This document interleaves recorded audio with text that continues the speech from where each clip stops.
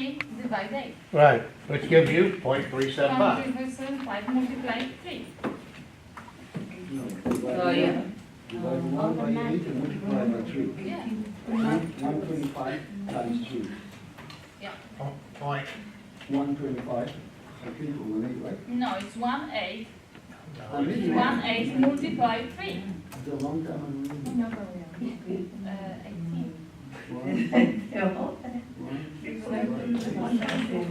No, wait a minute. Okay.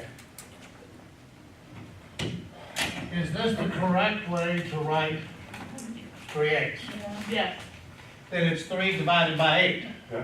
How many times do we have to do that in this class? Because every time you turn around, something that deals with a rate or a ratio is always one number divided by another. To convert a decimal, a fraction into a decimal, you take the top number and divide it by the bottom. Doesn't matter how big it is.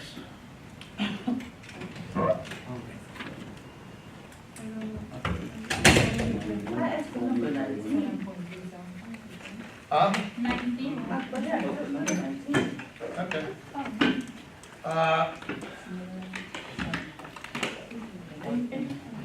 What do they want to know? The total payment, right? This is really, I just did something. No, I still don't get it. Each point increases the lender's yield by 1/8.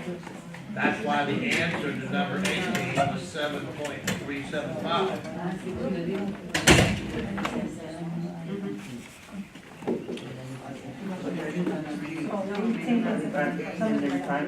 No, 3 divided by 8 gives you 0.375.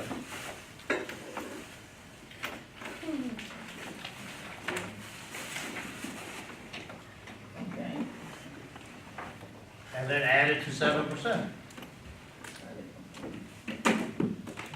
These problems are like ridiculously simple. That's why they're hard.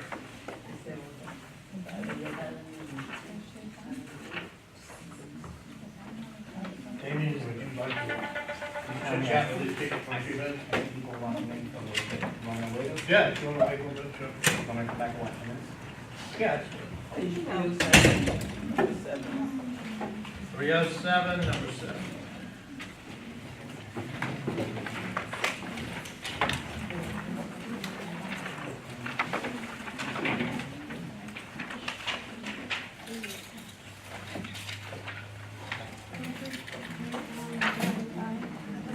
Number 7 on 308. 308. Huh? Page 307, number 7. Okay. It says the interest portion of the first month payment on a 30-year 5% lump mortgage is $550. If the loan to value ratio is 8%, what's the price? Now, they're asking you to work this problem backwards. If I said to you, the loan, the price is X amount, how much is the loan? The loan would be 80%. But here you're going backwards. If I take the first month's interest and I divide it by the interest rate, which is 5%, that'll give me the loan. Actually, you have to divide that by 12. 5% by 12, because it's a 1 month payment. This is a 1 month thing. You have to No. multiply it by 1. How much is the purchase price? Now, what's 550 divided by 5%? 11,000. 11,000. Then you divide that by 12. No, last year.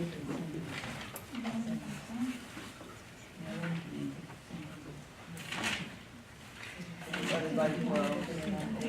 Divided by 8. Oh, wait a minute.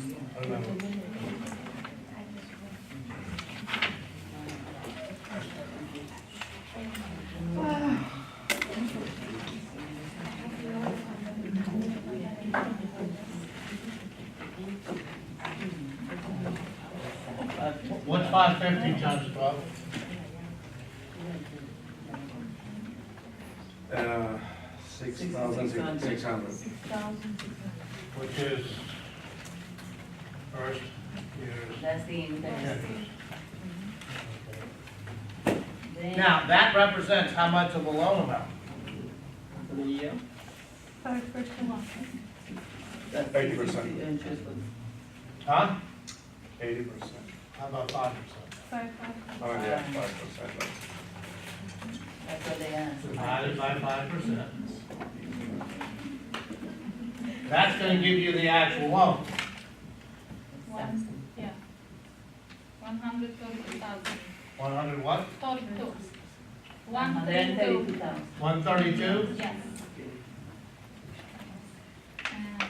Then Multiply. Now, how much of the loan does that number represent? I'm sorry, how much, if that's the loan, how much of the price does it represent? 83%. Why? Because 80% is the loan to value ratio. Same problem we have every time we do math. We never pay any attention to the words. We're too busy crunching numbers.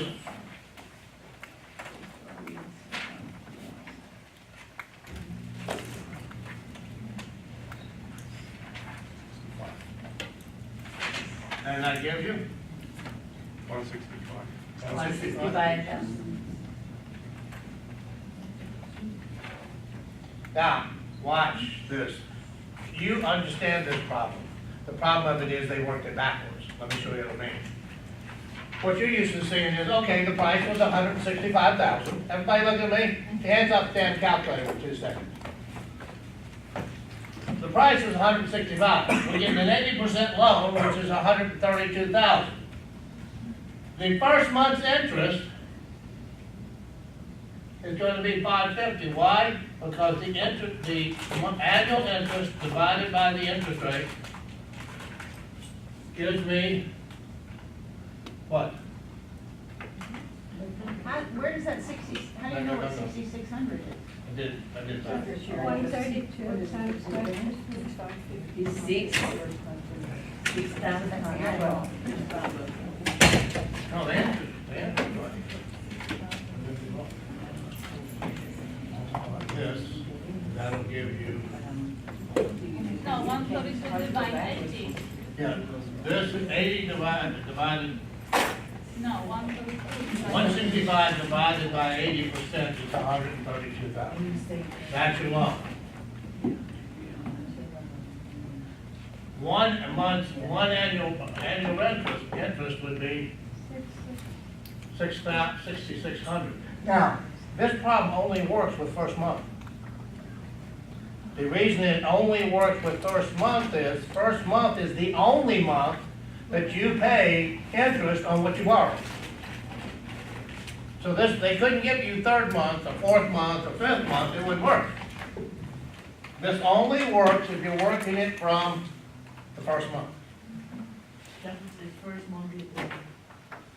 So if I take 5% of the loan amount, I should come up with the 6,600.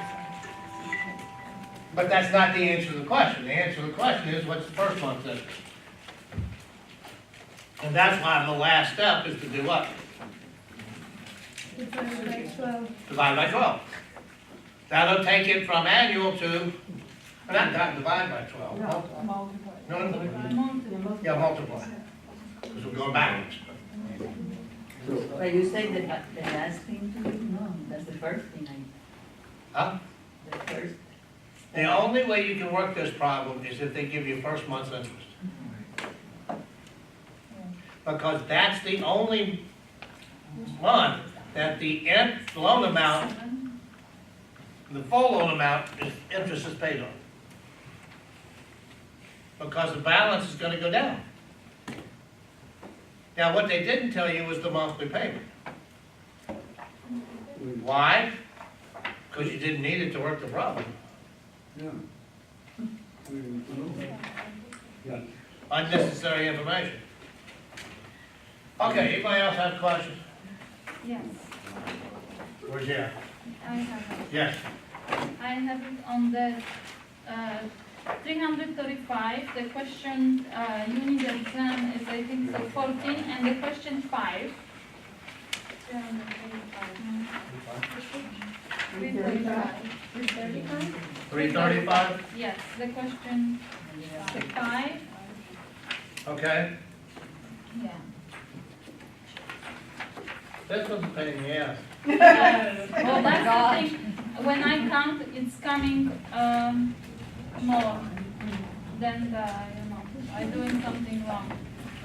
What was your last step? What's the last This thing is you what I did? did, I, 600,000 Alright, divided when by you the got the total, 6%. when you got the total commission, Yeah, what was the next thing you did? the total commission, I multiply, split 45 and 55, and it's, the broker taking 55, so the commission for this 45. So I multiply by 45, and it's coming a bigger number than all of those. These are calculated. Alright, first thing you would do This is is what I take did. 1,450,000 is the price, right? Yes. Then it says on the first 600,000, you pay 6.5%. Yes. So that's the first thing you do. Then you have how much left? 800,000. 800,000 for the 7%. No, you have more than 800,000 left, don't you? No, but it says then 800,000, 7%, and 8% on the 1.4 million. So you're gonna have it, No, 8% in the balance. In the balance, in 50,000. the 50,000. It says, it didn't say you're gonna pay commission on the 1,400,000. Yes, in the 50,000. It said that you're gonna pay commission, of the remaining balance. 8% commission on the actual price exceeding 1,400,000. Okay. So we'll Look, repeat. let's just write it down. It's real simple. Okay, what's the total?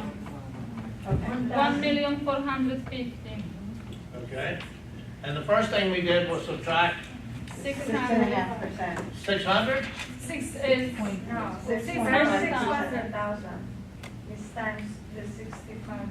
But is 600,000 the first number they give me? Yes. Yes. All right, Times so 600,000 5%. times, 6.5. which comes out to? 0.65. 0.065. Multiply. Yeah, You're multiplying this, you're not dividing. Yeah, Yeah. so it's 39,000. No, it would be times 0.065. No, Yes. it's 39,000. Right. Yeah. Yeah, it's there. Yeah. Now, how much do we have left? Now 800. 800,000. No, you're wrong, we have 850. 50, yeah, but then the Yeah, but that's one is 800. Got 800,000 for the 7%. But you can't do it that way because you leave a step out. This would come out to 0.00005. 56,000. 56,000. 850,000. Okay. And then Now. 550,000. Now what does it say I pay on? 800,000. On 800,000, correct? Yeah. Okay, times, 8%. excuse me, 0.08. can't give me zero, when I multiply. 56,000. 56. It's a 7%.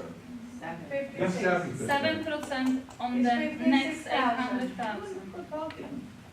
56. And that leaves 50,000. 50,000. That would be- On what percent? That's the amount that exceeds 1,450,000. Yeah. And it's 4,000. Because what you have here is you have 800 and 600, which is 1,400,000. How much exceeds 1,400,000? 50. And then that's at what percent? 8%. Which gives me? 4,000. 4,000. So the answer to the question is 99. 60, 99,000. 99,000. Okay. And then the 55. Yeah, then. Now, the final answer is not 99,000. No, times. No, because then you have to split the That's the commission. total commission. Split. Now, where you have to be careful with this kind of problem is, are they asking me for the broker's commission? Are they asking me for the sales association? Yeah. So you gotta be careful and make sure you read the words. Yeah. And this classroom does not. Yeah, I'm sorry. So this classroom's gonna eat alive with an easy question. But you see how I structured it? You don't get lost with your numbers. Because I paid commission on the first amount, subtracted from the total. I paid commission on the second amount, and subtracted from the total. I'm left with 50,000 to pay the last. Okay, chapter 17.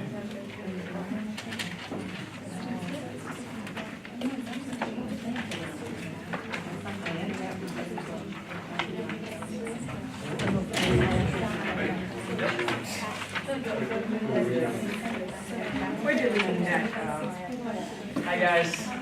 How you doing? My name is Damien. I'm the director of HR here. Just want to say congratulations on taking your first step in getting your license. Make sure you listen to this man, okay? I want to be licensed today if it wasn't for this man. I've been here for over 2 years. I was an intern right there in your chairs, and because of him, I now have my real estate license, and I can say now I'm the director of HR because of him indirectly. Couple things I want to discuss. I hope all you have your student scholarships. If not, I can send you a copy of them.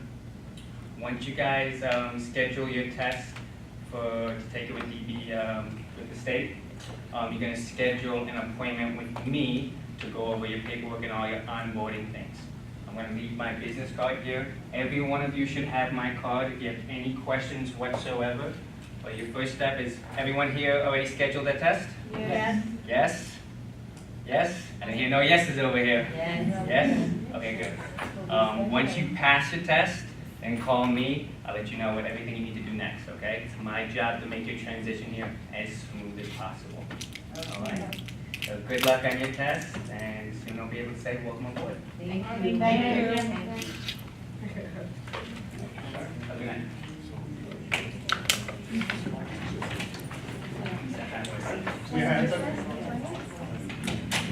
Okay, chapter 17. Two parts to it. One dealing with investment analysis, the other dealing with business brokerage.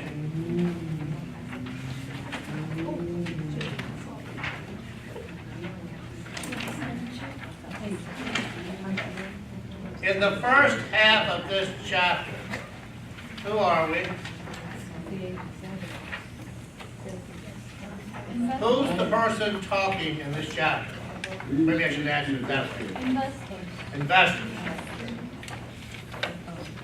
So in other words, this discussion is from the perspective of an investor. Now, in every area that we've talked about, there has been terminology. And we've had many places where that terminology took up 2 and 3 pages. Well, this page is absolutely no different. If you will turn to 376, starting with line 14, bracket to the bottom of the page.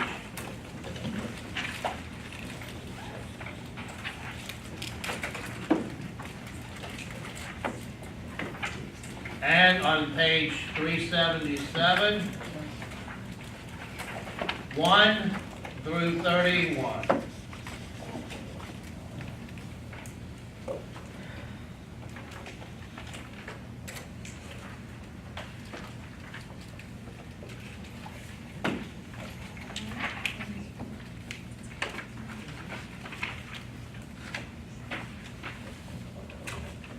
Everybody sign in? That'd be a good idea if you did. Does anybody know what the sheet is? There it is. Okay, okay. Yes.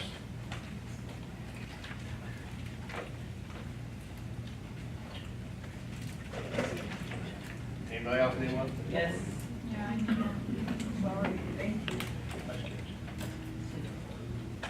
That's too far. Somebody back, go back. I know, nothing, I just had a question. Anybody else? Okay. Yes. Alright, so this is just planning for the future. So if you don't pass the test here, then you don't get to take the test, the state test, correct? Right. And you come back for 30 days to retake the test? You have to wait 30 days to retake the test. The test here or? the Yes, state test test? here. Okay, You don't do anything as far as the state exam until you pass here. okay. Nice and simple. So we wait 30 days, are we coming to class in those 30 days, or we just wait to No, come back because to there's no more class? classes for the rest of the year. So I have a suggestion. Let's pass on Monday and we will have to deal with it. No, I want to pass, I just know for the last 3 chapters, I'm completely lost when it comes to the math, so the chances of that happening, I think are very slim. Okay, so would you be okay with a 90 on the test? A what? A 90? 90. Yeah. One in okay. How about an 80? One in okay. How about a 70? No. No. You don't want a 70? It's Well, I don't have passing? 7. Would you take a 70 now and go home? Yeah. Yeah. Okay, then stop giving me shit about math problems. Doctor, without- You got 90 other points on top of, before you get to the, For the class, we Bad. have to have a 75, right? no, state exam is 75. Okay. You guys are not class. Don't worry about the math. Don't worry about the math. And I'm told by most people that the math on the state exam was easier than the math there. I don't understand that, but it's like, everybody's telling me. Stop worrying about the math. Yeah. And a dumb luck, you get half of it. I had a gal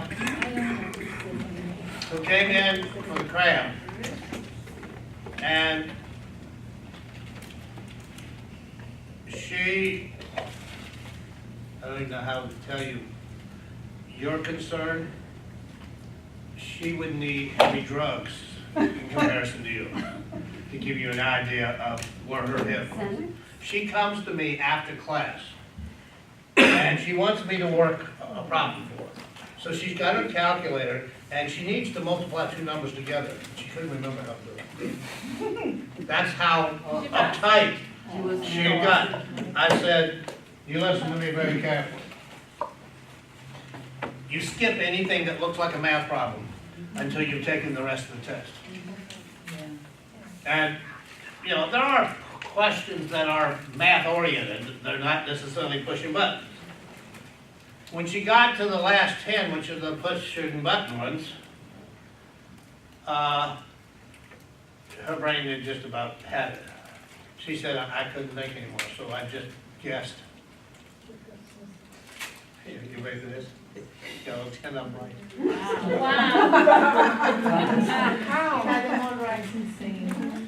You know how she did it? You know how I've shown you how you can get answers without working it? That's all she could remember. She remembered those little things that I showed her, so she used them. So somebody who were mad did everything but give her a stroke, got through it. I have a question. What type of calculator can we bring? Is it just a It basic needs to do 4 things. That's it. Multiply, divide, add, and subtract. If it does any more than that, it's not useful. So basic. And obviously, you can't use your calculator on your phone. What, I'm sorry?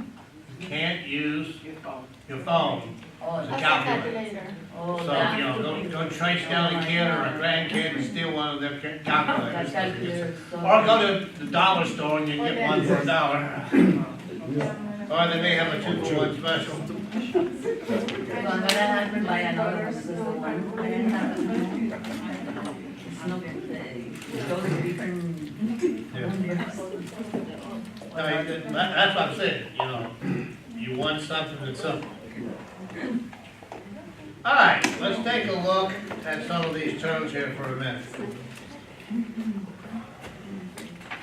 When you talk about making an investment, Usually the money comes from two places. Well, one for sure. Where's that? The investor. The owner's money, the investor's money. That has a name. Anybody tell me what it's called? Equity. The other money comes from a lender. And when we talk about the use of borrowed funds to purchase an asset, there's a name for that. Leverage. It's called leverage. Now, as an investor, how much of your money do you want to put into this? As little as possible. Zero. How much do you want the bank to give you? Everyone. All of it. What do you want the bank to charge you? When do you have to pay it back? Never. Okay, so you understand the concept. But from the investor's perspective, that makes sense, but they have a name. It's called mom and dad. Or nowadays, with the kids, selling their internet businesses and stuff, it's now mom and dad and part of the kids. All right. How does the value in your property go up? How? There's two ways it can go up. It appreciates because of the market, and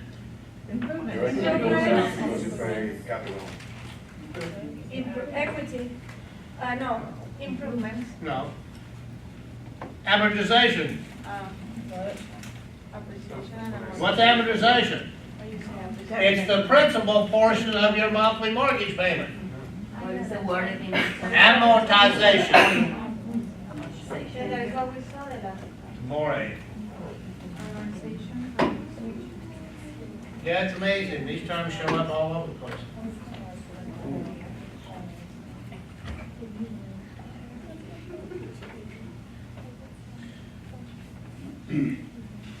You'll notice on page 376, you see you've got a lot of different terms in bold. Let's just highlight the heading of each one. On on line 16, you have appreciation, which we just talked about. And then on 18, we have what they call assets. That's everything of value that you have. Cash flow.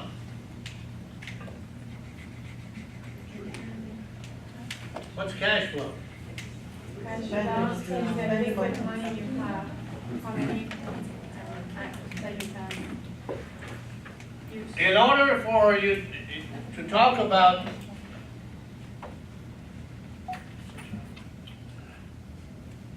cash flow, flowing where?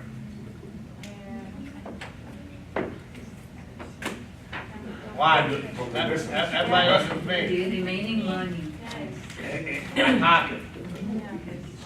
There are two types of cash flow. There's before tax cash flow, and there's after tax cash flow. What's the difference? After taxes, we need to pay the percentage. So what's the difference between before tax cash flow and after tax cash flow? How much paying taxes? Yeah. Okay. Check it. You'll notice on line 30, the term equity. I'm on page 376. Not yet. On line 30, it gives you the definition of equity.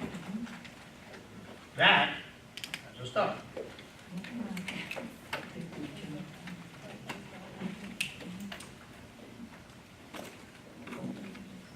And then right below the word equity is the word image.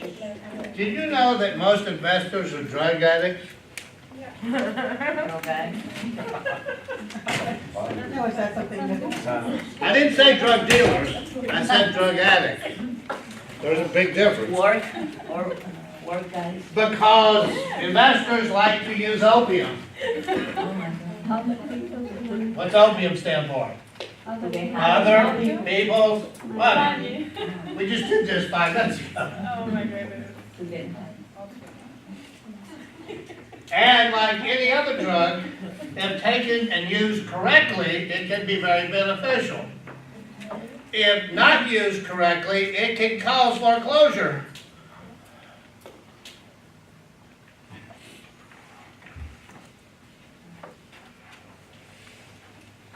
Which is a disease that can be debilitating. On the next page, 377, line 8, the term liquidity.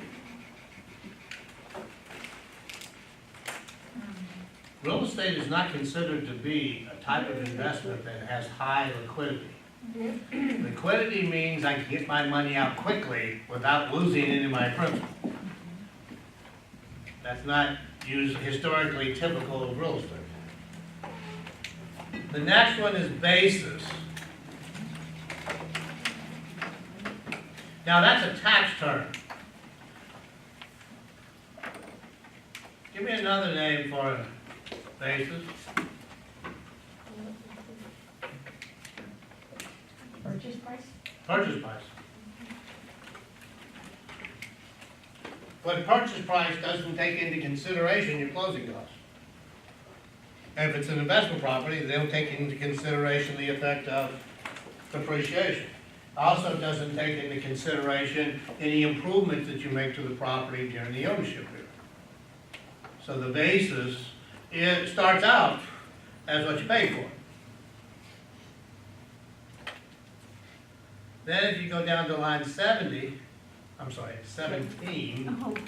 it says capital gains. Is the difference between the adjusted basis of the property and its net selling price.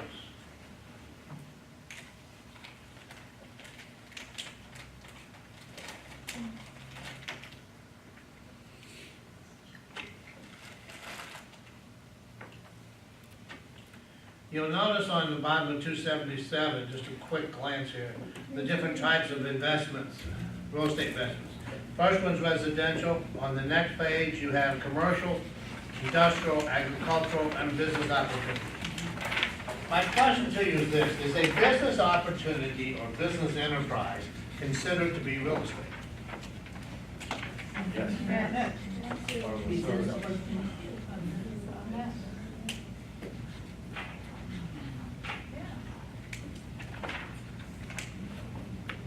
Well, if you're not sure, on 378, try lines 16 to 19. Can you give some examples? Of what? Business opportunities. Business opportunities, restaurant, beauty salon, repair shop, barber shop. And the certificate of restaurants, $1 million restaurant. Coca-Cola. But you can't sell this stuff to these businesses.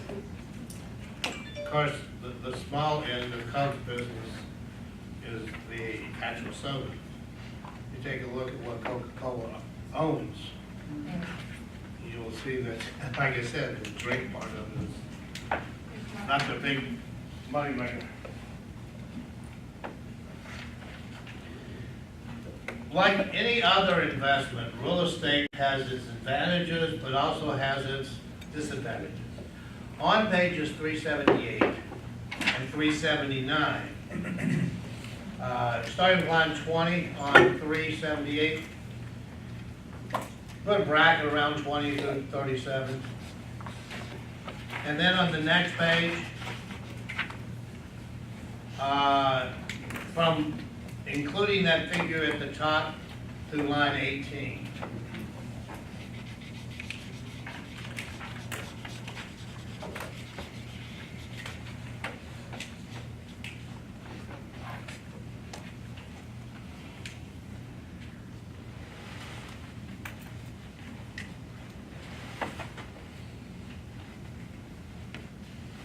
Take a look at those.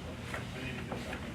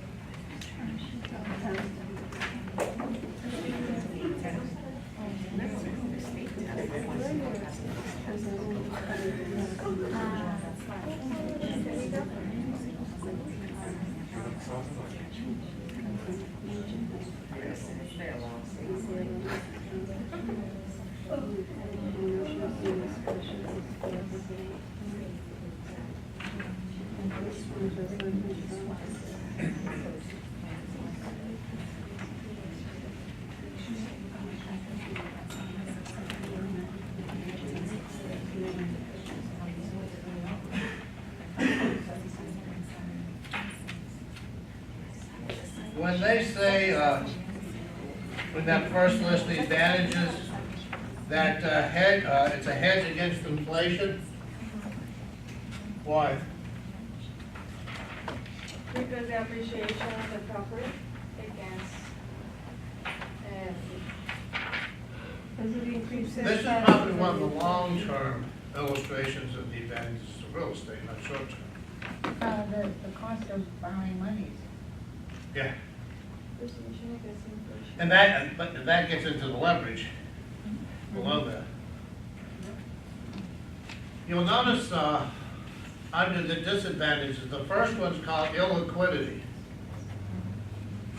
That's the opposite of liquidity. Illiquidity means what? Lack of ability to liquidate. So you think about it, if you put your money into a real estate investment, For a long. you have to look at it. Not necessarily. Because in the marketplace right now, you've got investors out there that are flipping. Stupid term, but because they're able to purchase the properties for such a low amount, comparison to the marketplace, their ability to put money back into it and still stay within the market value of the property or above the market value of the property. That's why I like watching the HGTV, especially the Joanne and JoJo. JoJo. Chip and JoJo. They do a very good job at it. Yeah. Some of them do not. If you watch some of them, you get to the end of the show, well, the property had not sold prior to the production of the show, which means that they lost money. The cost is gonna go down. But the opportunity is definitely out there. When you go to take a listing, you got two types of listings in my mind. You got a listing where basically they can come in with a little bit of cleanup, maybe a little bit of paint, but not really much of anything, and have a nice home to live in. Or I can put the money into the property by buying something that needs some work. And you know what? Doesn't matter how much work it needs. If I can justify the expenditure to do the work and where it will put it in the marketplace once I do it, that's what determines what makes sense. And apparently, the population is gonna explode in this area. Yeah, it is. I haven't seen building at the rate it's going on now. I'd have to go all the way back to the late 70s, early 80s when I first came down here. They were just building every place. They were building so fast, they shut down a lot of construction sites because the infrastructure couldn't keep up with them. And that's probably what's gonna happen with these homes. At the bottom of page 379, would you agree that every investment has a risk? Yeah. Well, this next little section talks about the different types of risk you can have from a real estate perspective. The first one's called business risk. I look at two things when I look at business risk: income and expenses. Is there a risk that my projected income will be less than my projected expense? Okay, that's business risk. On the next page, you have something called financial risk. Can I support these investments from other sources of money if I need to? And does it make sense to do such? What's the next one? Purchasing power. Now, purchasing power, I want you to highlight one word: inflation.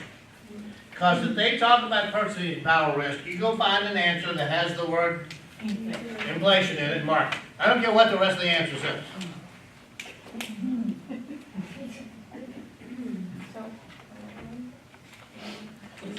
That was not a star, it is lines 8 and 9.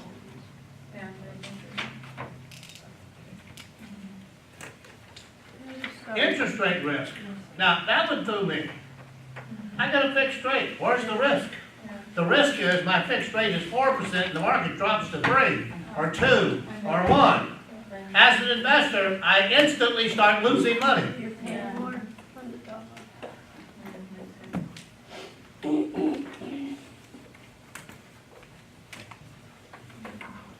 All right, over on page 381. The next few pages talk about the similarities and differences between business broker and regular real estate brokerage. Let's highlight on page 381, lines 7 through 10.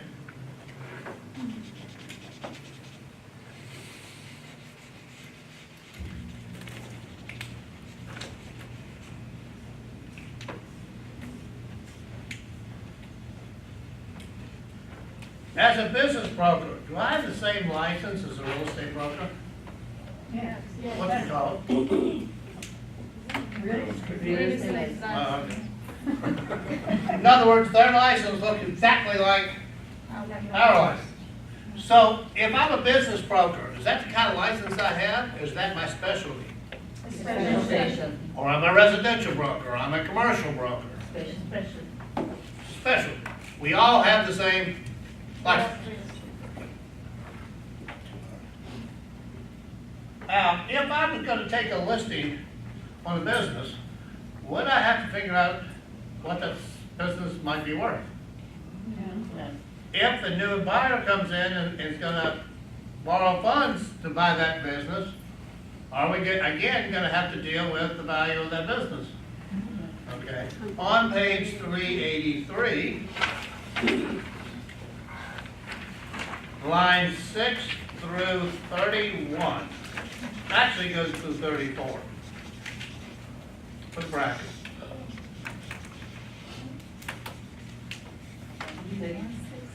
Page 383. 383, starting with line 6 through 34.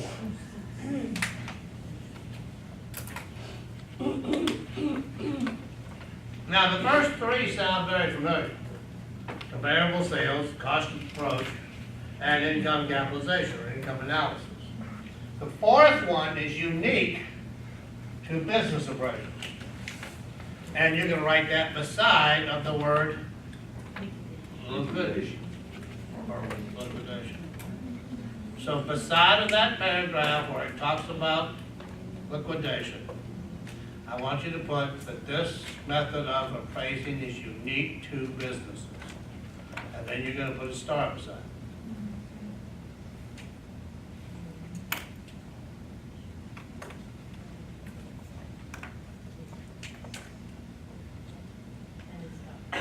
Okay, I'm sorry, what should we write? I'm sorry. This is a unique for business. Okay.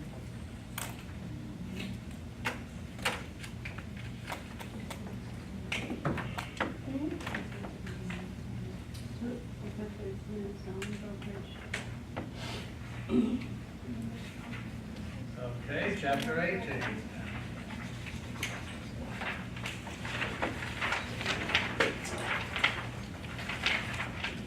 Chapter 18 has two separate parts.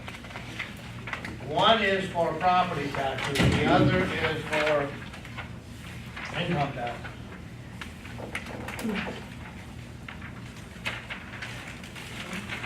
Now, we've already talked a little bit about property taxes. Are property taxes based on the value of the property? Yes. Well, if they're not, tell me what they are based on. Yes, and The reason you couldn't think of anything else is because property taxes are ad valorem taxes. Ad valorem means as per value. So let's start on line 5, 390. Let's put a bracket down, but not including where it says determining just value.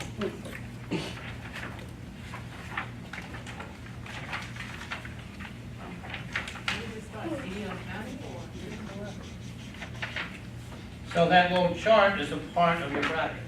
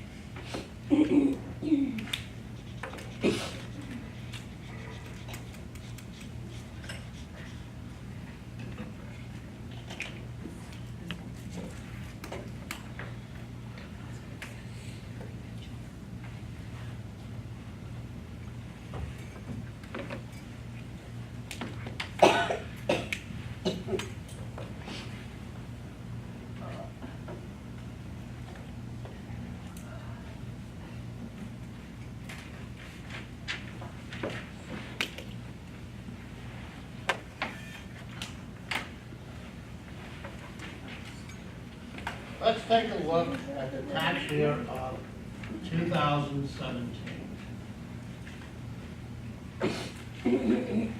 When did the property taxes for 2017, when did they become a lien on the owner's property?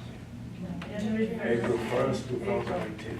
No, Oh, no, sorry, January 1st, 2018. 2000 what? 2018. From, No, it's becoming after the, After the tax. no, At the 2018, same year. for the end of, I think so. May. every January the 1st, where you're shipping champagne or whatever the hell you're drinking at 12 midnight, as soon as 12 midnight hits, a lien automatically by law goes on every property in the state of Florida that is taxable. And that lien is not removed until the taxes for that year are paid. See, it's different, because you normally think, well, something's due, and if I don't pay it on time, it'll become delinquent, and that's not how this works. And then they'll put a lien on my property. Obviously, at January the 1st, that lien simply means what? That when they send you the tax bill, if you're still the current owner of the property, you're liable for paying that tax. Now, do you have to file for your homestead tax exemption? Yes. Answer is yes. When I first came down here, you had to go to the tax collector's office, property appraisers, excuse me, every year and register for your homestead to get your benefits. Slowly but surely, it's gone down to a card. And you get that card, and it says, this is what you qualify for. If you don't agree with it, we'll talk about what that's all about. Then, in August versus September, you get your projected taxes and your assessed value. If you don't agree with what they're saying your assessed value should be, there is a process that you can go through to challenge it, which we'll talk about. Have you ever done that? Nope. I haven't. I've had people who've done it, and they all won, And and then they all lost. I didn't lose. I've done it 5 times and won. The next year, they got fairly treated when it came to assessments and everything. They didn't want them to feel like, everybody I've talked to that's done it, except for a couple, it didn't really work out. Because the money they spent, because I had one guy took it to the Supreme Court of Florida. So obviously, we were talking about a serious amount of money. He said that by the time everything was done, we won, I was in the hole for $3,000. Plus paying the tax. I got them to reduce mine from 12,000 to 3,000. And I went all the way up the board, and I got it done every year after that. So, like I said, sometimes you win, sometimes you don't. And I've done it for my Now. clients too. This is the last day you can file March. for 2007.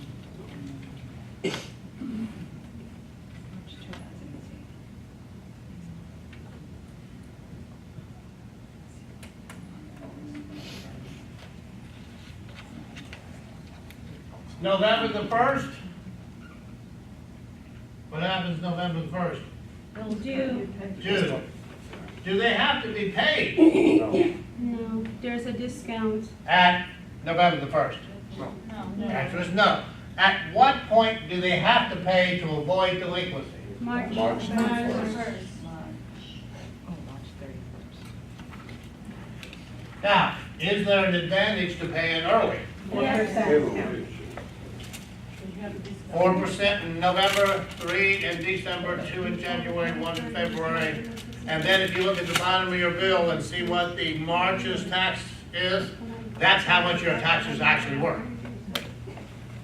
Because November, December, and January, and February, all had discounts on them. Obviously, February not that big, 1% is still 1%.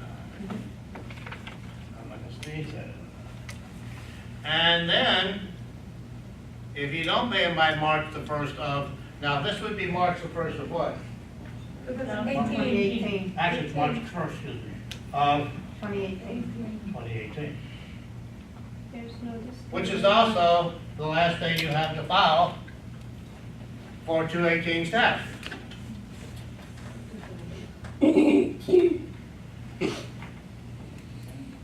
So that cycle just goes through every year. So I'm still confused.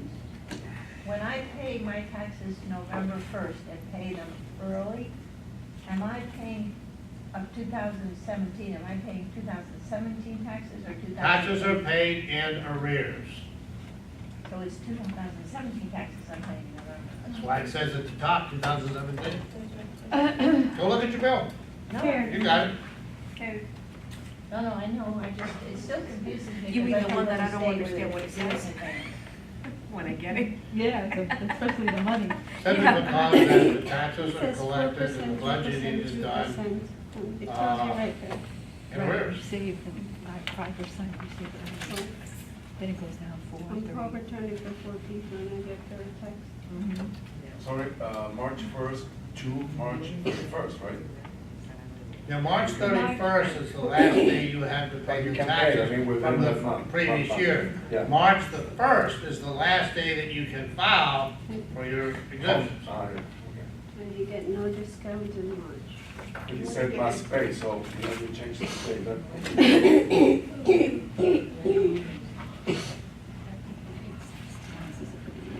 must buy. Someone is mentally disabled and court appointed, go there. And this would be the last day to file.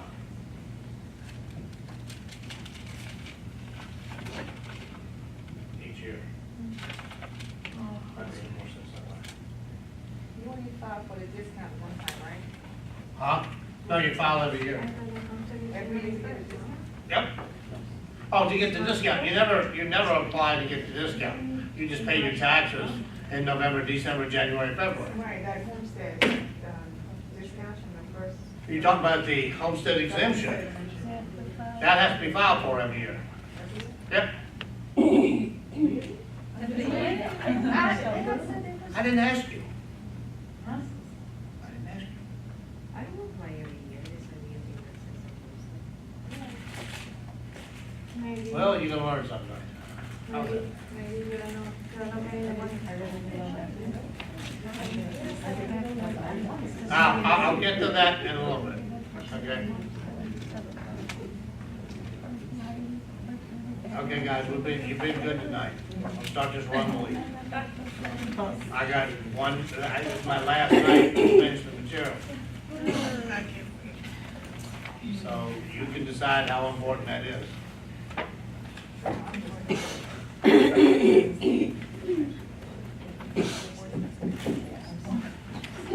All right, now, everything we just did here is what I had you put a bracket around in the book. Now, at the bottom of the page, line 20 through 19 on the next page, talks about the calculation of what is referred to as assessed value.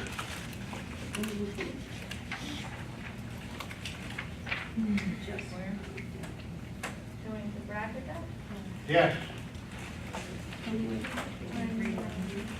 On page 390, starting with line 20 to the bottom of the page. And then on the next page, which is 391, lines 1 through 19 are part of that bracket.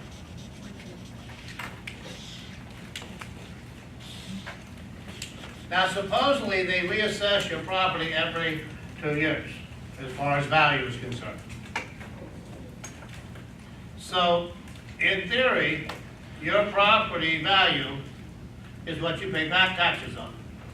In reality, the assessed value is going to be probably somewhere in the 70 to 80% range in relationship to value.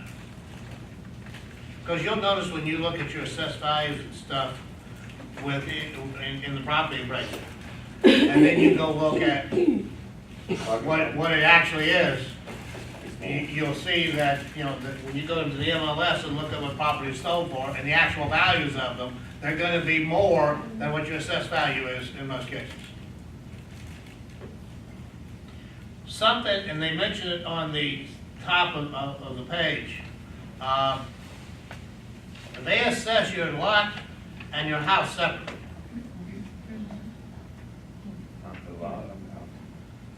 Why? They use standard lots. If you've got a community that's basically dry lots and water lots, then all the dry lots will have one assessment. I'm sorry, not one assessment, the same assessment. However, the home will have assessed values based upon the building's value.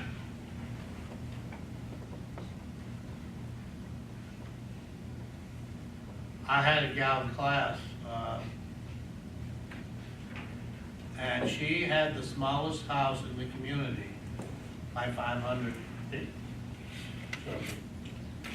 And she felt that she was being over-assessed. So she, there's a process, it's just a second that you can go through to protest. She protested and won. And they raised the assessed value of all the homes in the community. And they loved it. Oh, wow. How would you like to be known as the person in your community that got everybody's property tax? I said, you haven't told anybody. She says, are you crazy? Now, it was a great story. I'm not sure it was true or not, but assuming that it is, it would be feasible. Because they may realize they've been under-assessing that community. That based upon the guidelines that they use, they may be under-assessing the community. Now, we can get rid of all this stuff if you don't need any services.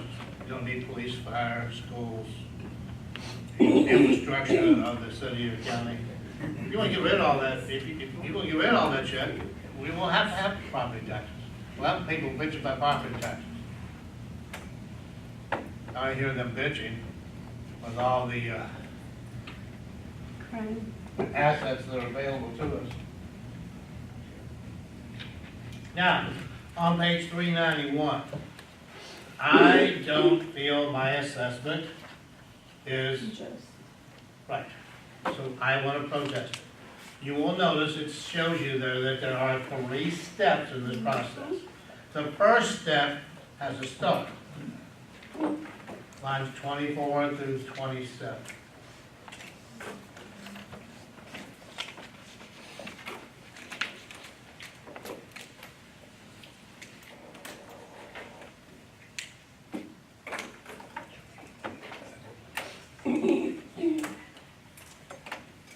Now, who does the assessing of your property?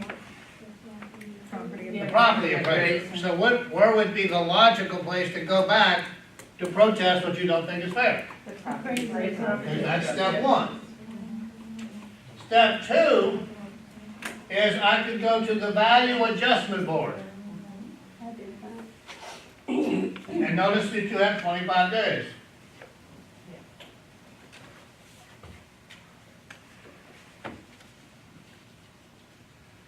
All else fails, I can sue City Hall. Yeah.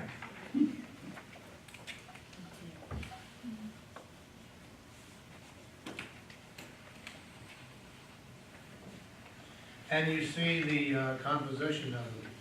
2 county commissioners, 1 school board member, and 2 citizen members. That's typical, well, it's like the commission, Florida Real Estate Commission, you get that kind of breakdown.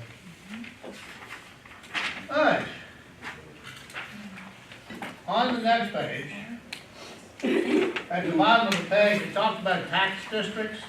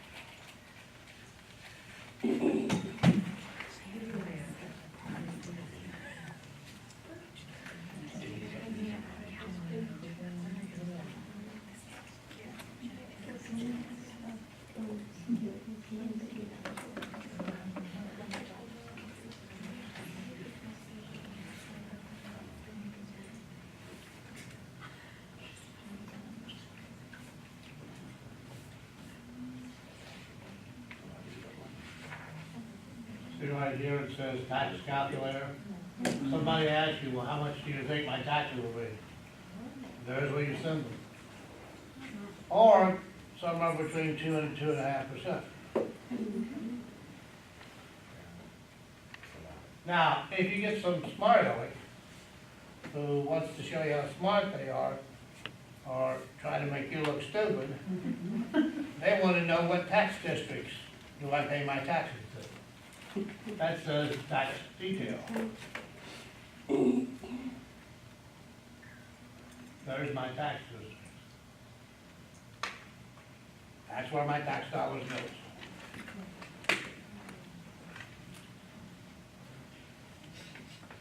If you want to know where your taxes go, all you have to do, whether it's Broward or Palm Beach, same thing. Local board. Everglades Construction. $9.05. And then navigation. Do you have any clue how important maintaining that Everglades is? It's the difference between South Florida surviving or not. Children's Yeah. Services Council.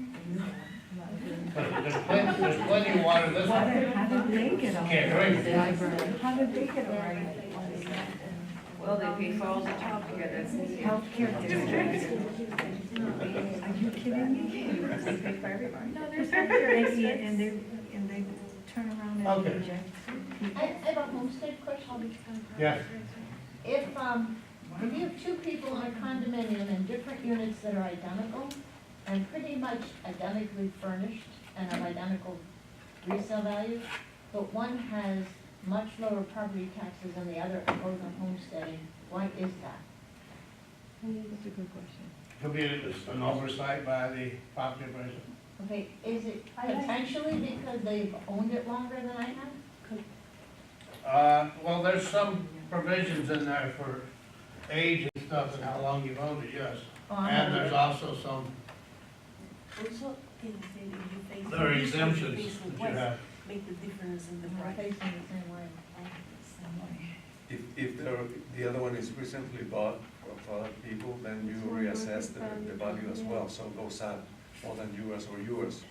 Well, see, mine is the newest, the most recently purchased. So that one should be So it's the maybe, highest. yeah, Because my purchase price was higher. yeah.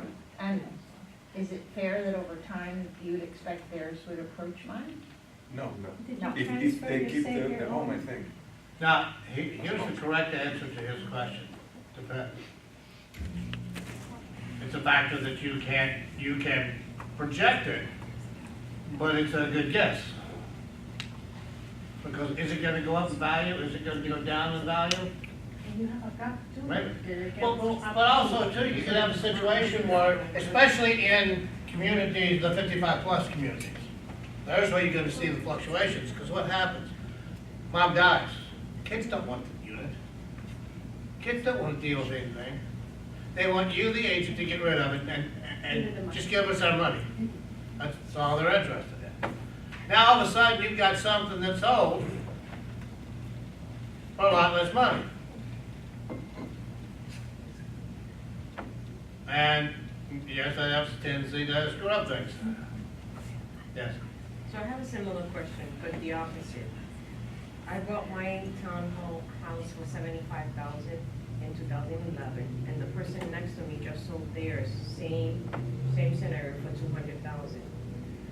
So should I be expecting mine to go up? Probably not.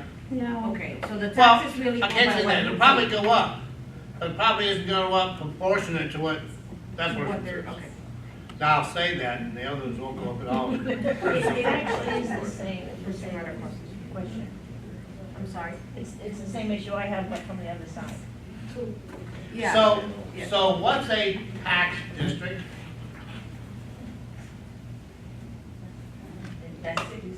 It is a level of government that is authorized to tax you. We just looked at them. Those were all tax districts. Each one of them calculates their budget and submits that to the county. Because the county is the one responsible for collecting all the money. and distribute it out to the different tax districts. Are there properties where, because of the nature of the property, they don't pay property taxes? Yes, they are referred to as being immune. Are there properties that are exempt? And the question is, what's the difference between being immune and being exempt? Immune means what? No matter what I do with the property, I don't have to pay property taxes. Exempt, you have a church, just bought 15 acres from a farmer out west. They have to go through a few years of collecting funds to get enough money to build their new complex. So they lease it back to the farmer for the next 10 years. As soon as they lease it, they're not exempt anymore. If they just let it sit there and done nothing with it, they would have been exempt, and that would not be taxed. Then there are properties that are partially exempt. Anybody give me an example? Homestead. Home. Your homestead. Not your investment property. Has to be your homestead. I mean, so sovereign, I need big properties. If you'll notice on 393, you've got that little section there that says exemptions from property taxes. Let's put a bracket from lines 11 to 28.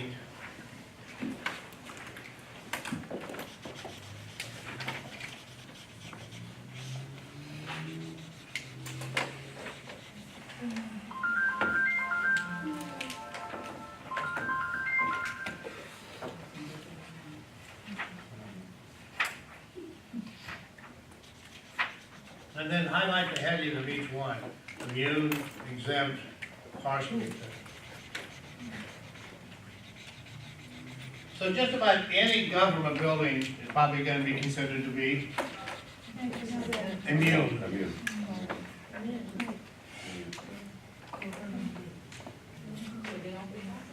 Nope. Why would the government pay themselves taxes? Only the middle It's class not work, no. taxes. Only the middle class. More expensive. I remember the first time I thought, why would they pay themselves? You're paying their taxes. You realize that every government building out here, you're paying taxes on. It might be 3 cents, but you're paying taxes on them. They are building this huge building, looks like a hotel in Coral Springs. Uh-huh. And it's the city hall for Coral Springs. Mhm. I mean, Welcome to your increase in it's property huge. taxes. And I'm Yeah. like, I don't know why the tax went up. The guy said, yeah. But see, you have to look back. If that building is that big, either they need all of it, or they're gonna lease out some of it.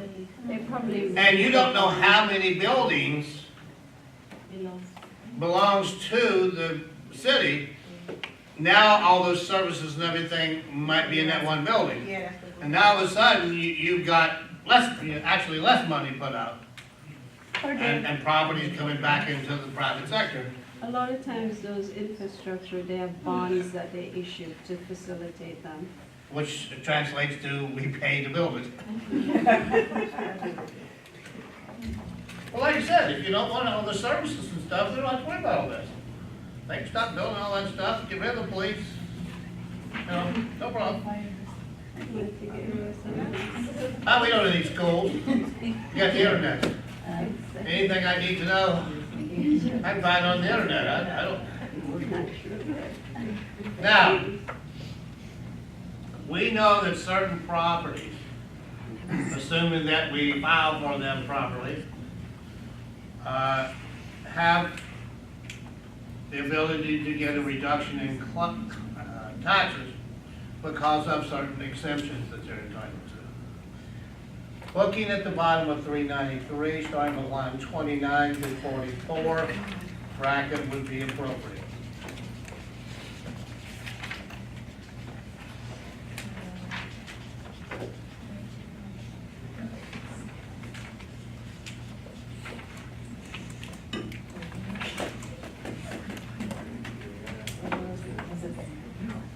important information there.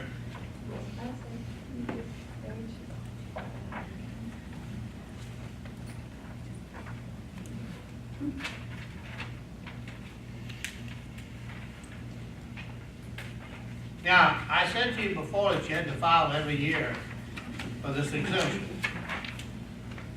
What you had to do over the years has changed.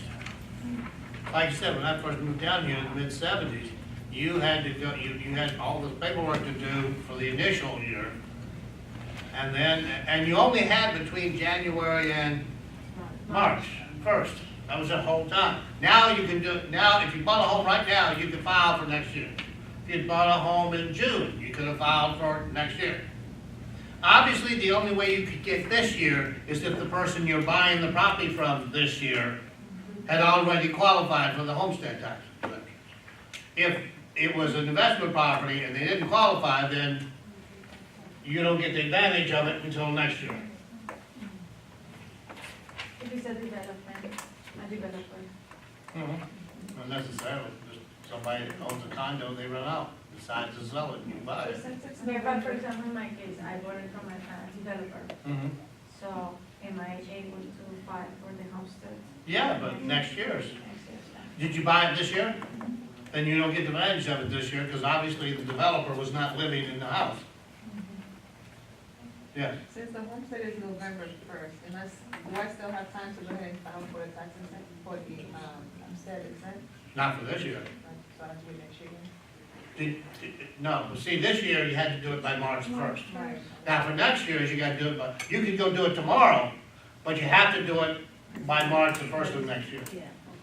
To get next year's exemption. Now, what happens now, at least in Palm Beach County, for those that want to jump my case, you get a little card that's kind of orangish color. And it tells you what you qualify for. If you pay any attention to it, it says, if you agree with this, you don't have to do anything. If you don't agree with it, we just figured out what you do. At one point, it was a card about this big, and it was perforated. And you kept one, signed, and sent the other one back. They're saving trees. Hmm? They're saving trees. Yeah. Yeah. I'm surprised they don't start with emails. That'd probably be nice. The practice office is right across the street from that one. I wrote to have an aggravation. Do you have to own the property Yes. For what? to qualify for the homesteading? Yes. Does it have to be your primary residence? Yes. Yes. How many of those can you have? One. Next page. No brackets or? Bracket around lines 29 to 44. 393. On 394, lines 1 through 6, which is a part of the previous page.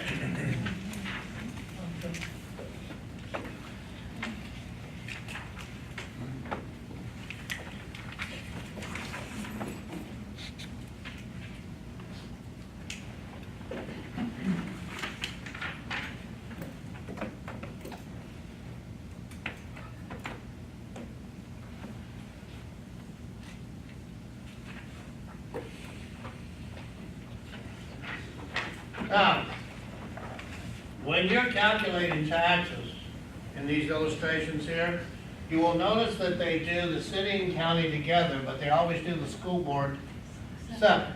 Because the maximum you can get for the school board exemption is $25,000.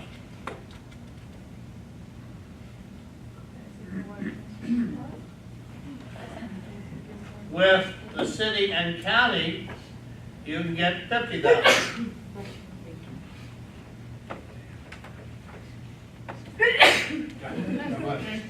So up to 50,000, everybody's equal.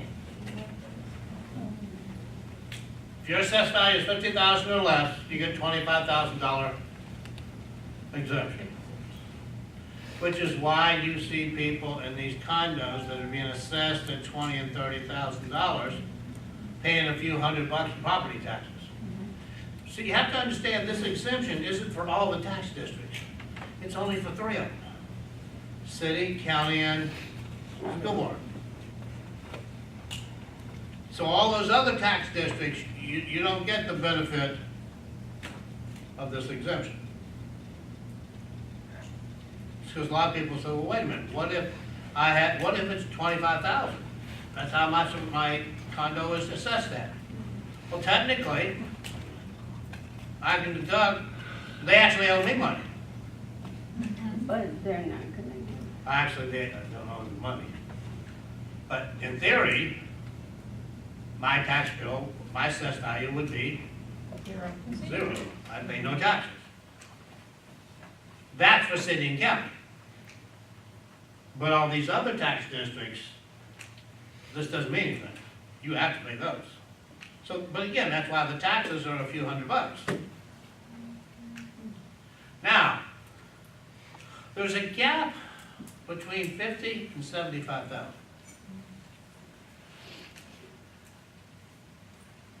So let's take a second and talk about that. We know up to 50,000. City, county,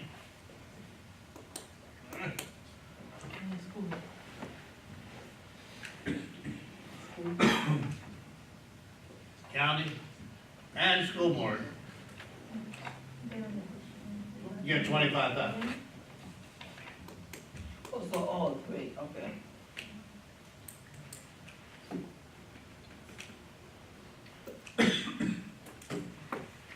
Once we get to 50,000, this one goes away. Because its maximum is 25,000. Now, it says that the city and county's maximum is 50,000. Here's what happens. Let's say your assessed value is 65,000. How much of an exemption do you get? Nope. We know we get what? 25. We know we get 25. That's what city and county. That leaves us 40.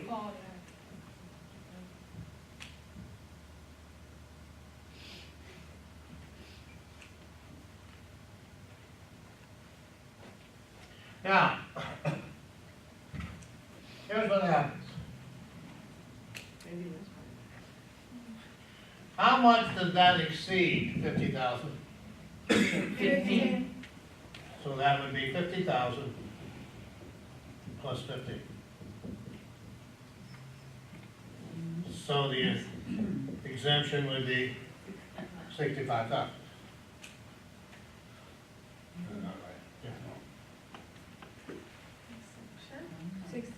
65 exceeds 50,000 by 15. What if the assessed value was 70,000? 50,000 is exempt for city and county. Well, I know that 70,000 exceeds 50,000 by,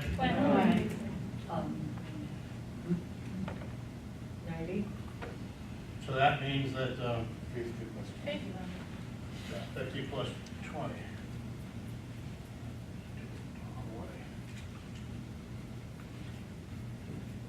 50 plus 20 equals 70,000.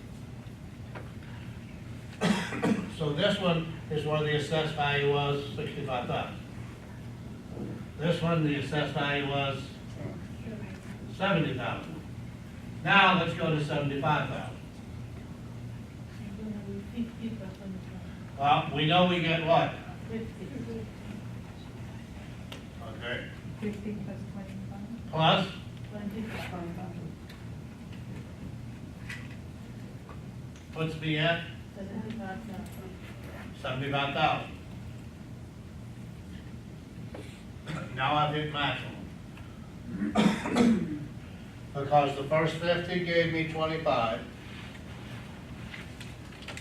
And everything from 50 to 75, when you get to 75, you max out. Because at 75, you are now at $50,000 of exemption. Because when you hit 50, you had 25. And then another 25 would put me where? At 75. So what if the assessed value is 200,000? How much is my homestead exemption? 50,000. What if my assessed value is 800,000? 50,000. In other words, once you get to 75, it's over. Every property gets that same 50,000. Except home instead of school board. Yeah. School bed's exemption is only 25. I don't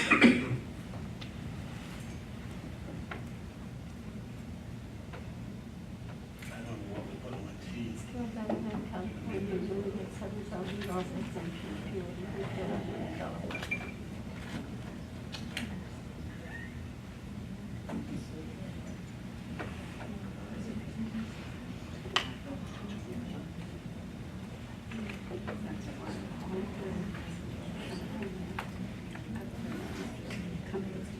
All right. There are some additional exemptions that you can receive depending on what you qualify for. They are at the bottom of 394. So let's do this. Starting with where it says figure 18.4, highlight the rest of the page.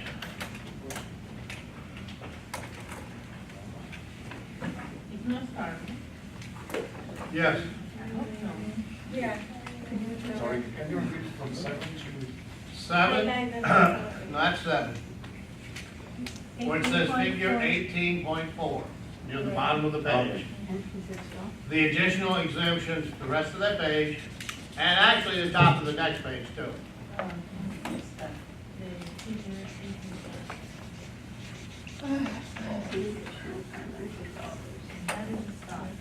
Yes.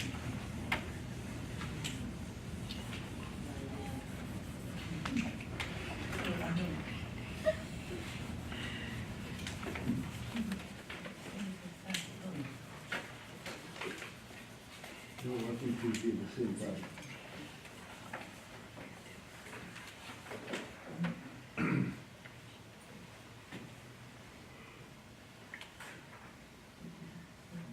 You'll notice at the bottom of the page, it says surviving spouse who has not remarried. That encourages people to shack up.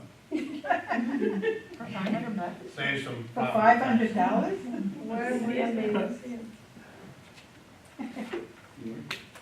Never mind.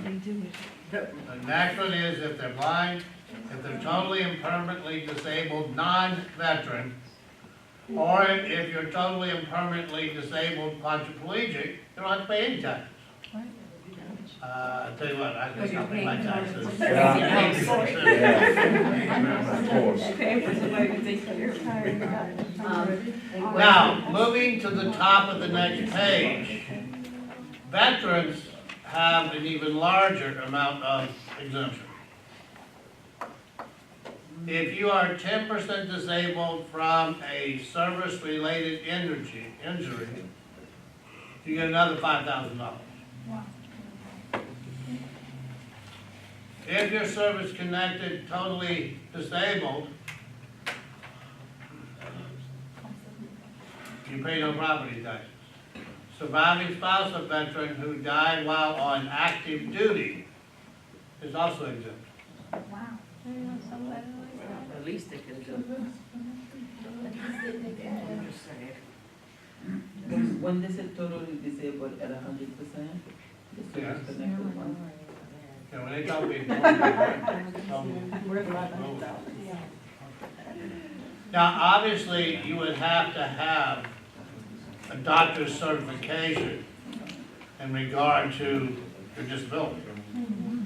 And you know they don't want it to be 100%. Because what they have to lay out, if that service-related injury is total and permanent, Does a person who lives permanently remote or young, do they pay taxes? yeah, but it's probably not, it may not be property taxes. It may be motor vehicle. It's like your modular homes. If they're still on wheels and you're leasing the space to back it into, it's probably gonna be, or at least it was in the past, I'm not sure about right now, be considered a motor vehicle. And you had to have a tag like a motor vehicle was. Yes? Yeah. On the at least 10% disabled by the misfortune, is $5,000, but my taxes is not that much. So it's 10% of whatever. It's not off your taxes, it's off of your assessed value. Assessed value, okay. So whatever you qualify for is deducted from your assessed value. Because the formula, and they've got several examples of the formula for calculating taxes is taking your assessed value minus whatever exemptions you qualify for.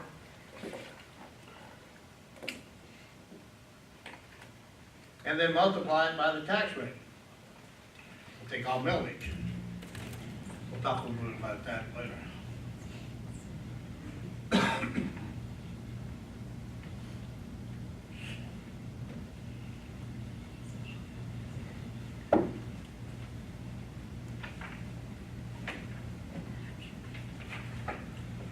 All right, let's go over to 396.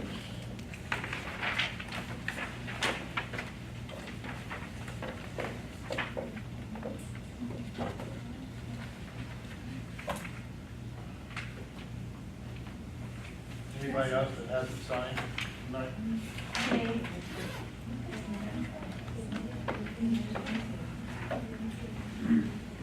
Take a look at that section that talks about save our homes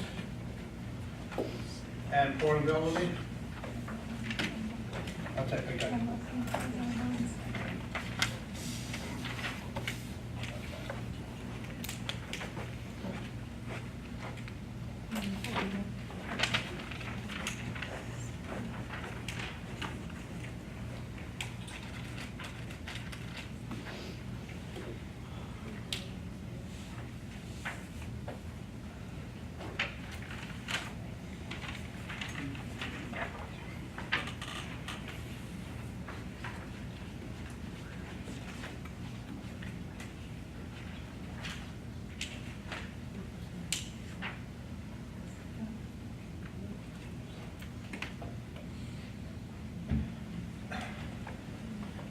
This is why in the contract chapter, we talked about warning buyers about don't pay attention to what the seller's taxes were last year. Here's why.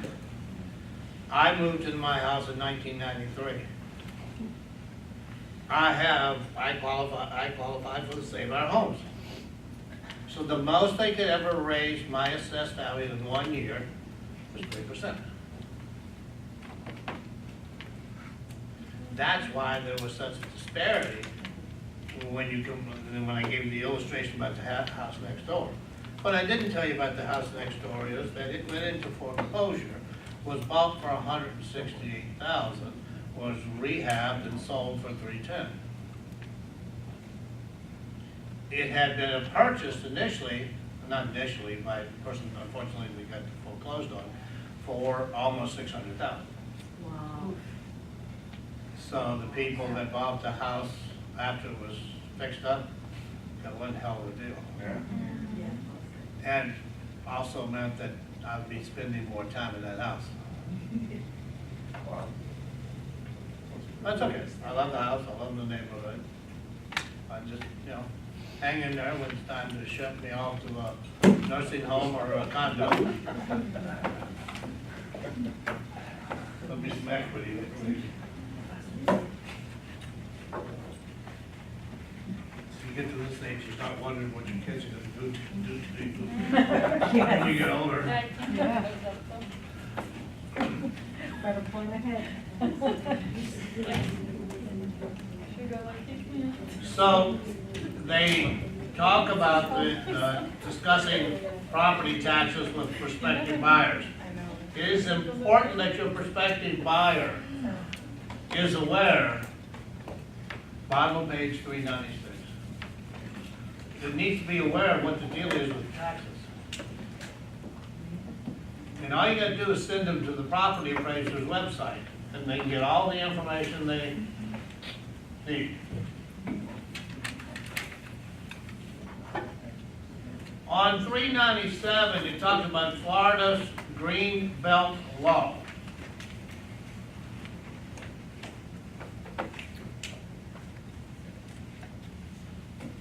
This has nothing to do with green belts.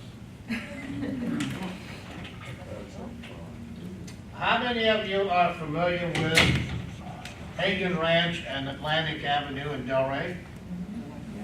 And the development that's gone up, Bellagio? Yeah.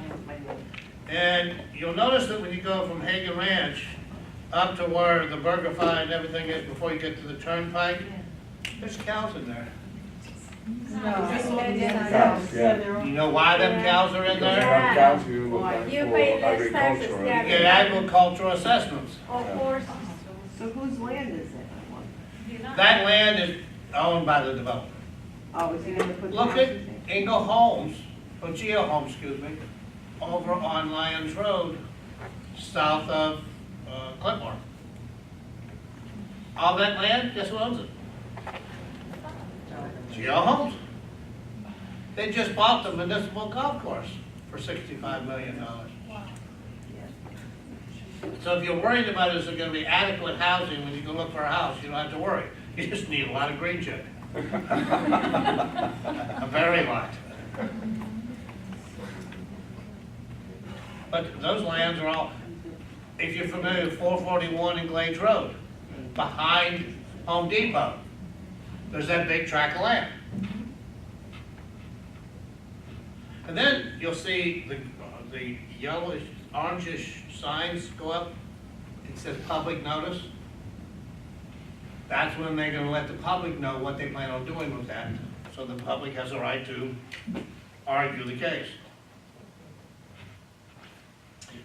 If you're familiar with 441 and Clintmore, where Thomas's produce are, I've heard, I haven't seen it in black and white yet, that they're gonna put it in another marketplace like it is in Atlantic and Delray.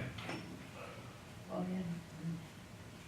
And then, basically, you probably could get farther riding your bike down the sidewalk than driving in the road. I remember when 441 was one lane each way.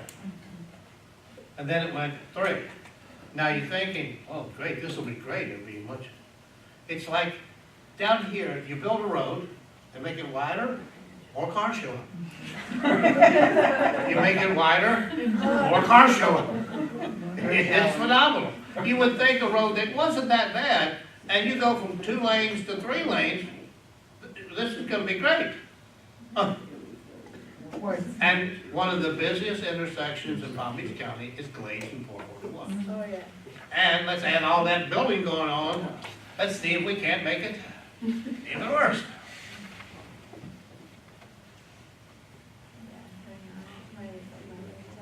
And then at one point, they were proposing that everything past the turnpike would not be called Boca Raton, not have a Boca Raton address anymore, but would be West Boca Raton.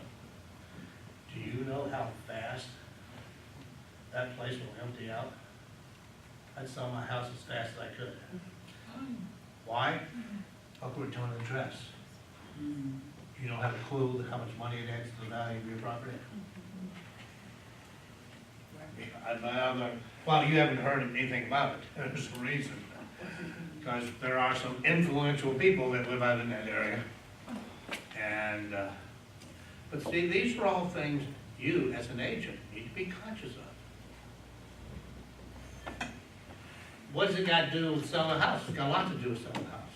I need to know what's happening. I'm driving around and a buyer says, well, what's going on here? I don't know.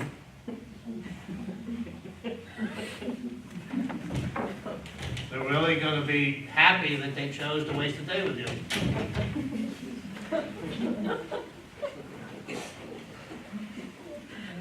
But that's what and the purpose of this initially was to keep farmers from being taxed out of farms. Because as the population started moving west, all this farmland, as we see now, is slowly but surely being gobbled up. And obviously, if they didn't do something about the assessed value for people who were legitimately doing agricultural functions, they wouldn't be able to stay in the business. Right. So that's that Greenbelt law. At the bottom of the page, it talks about tax rate. It says the tax rate is in the form of milk.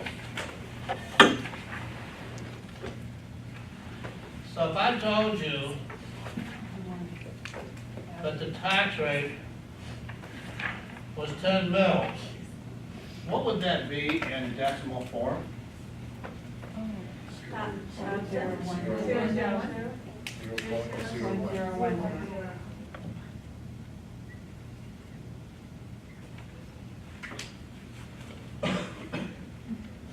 About 15 mils.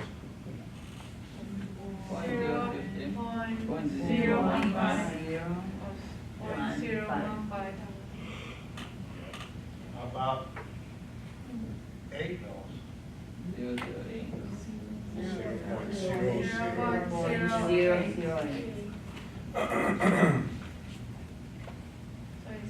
About 6 mils.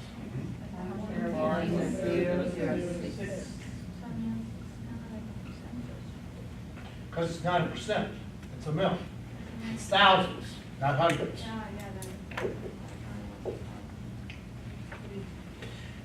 In a math problem, they're not going to give you the decimal. They're going to tell you that the tax rate for the school board is 15 mils. You have to translate that 15 mils into a decimal in order to be able to work the problem. Now, there is a pattern here. If it's 10 or more, you add a decimal and 1 0 in front of the number. Is that not what I did? Yes. Decimal and a 0 in front of the number. Less than 10 mils is 2 zeros, a decimal and 2 zeros, and then the number. So it's very easy to calculate. If that doesn't work, take the mils and divide it by 1,000. It will give you the same thing.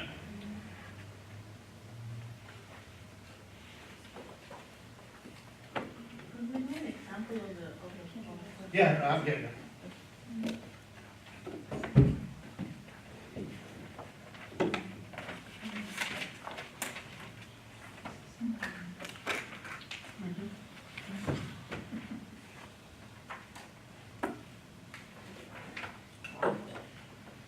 What about that?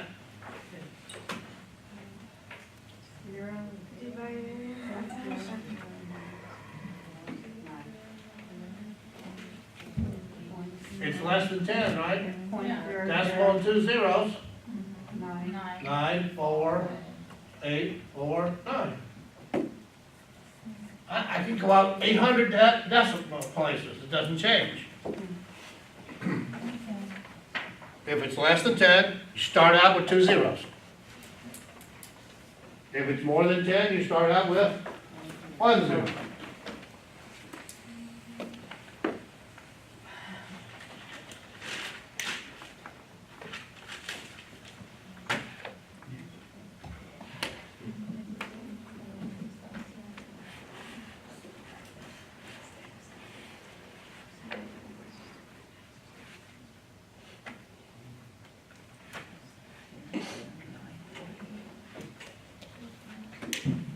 Tell me what 9.48 mils would be in dollars?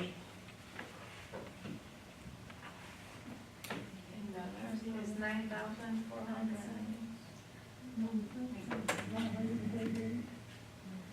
0.9 cents. I didn't ask you what it meant in cents, I asked you what it meant in dollars. In dollars. So 900. That's not a dollar, that's a decimal. $9.48 per thousand.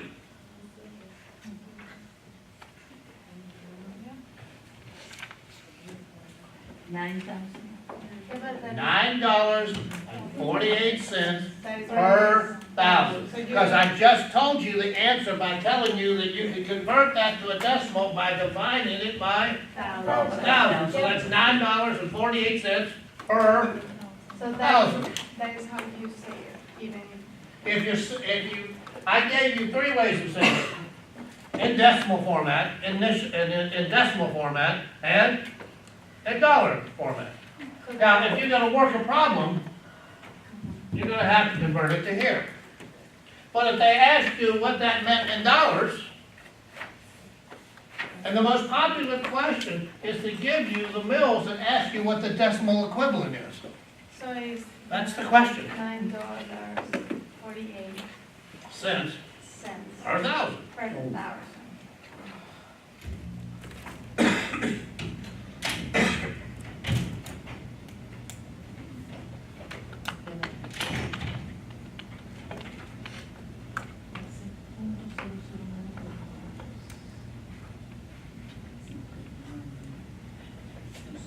So you don't have to,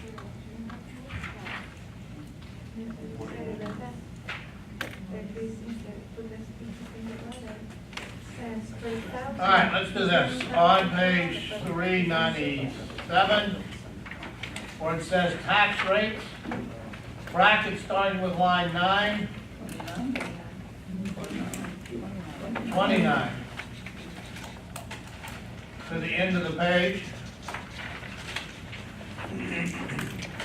including the first 5 lines on the top of the next page. What page is it? 397, 398. On 397, it starts with line 29 where it says tax rate. It is not the start. However, on page 399, problem number 10 is a start.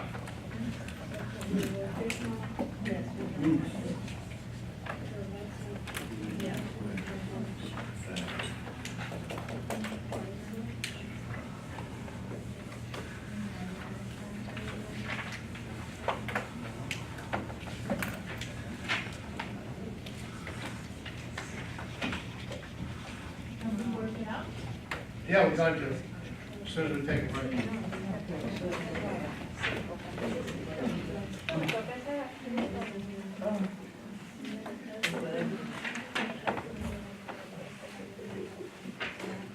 All right, we're going to take a short break. Let's go. And we'll come back one second.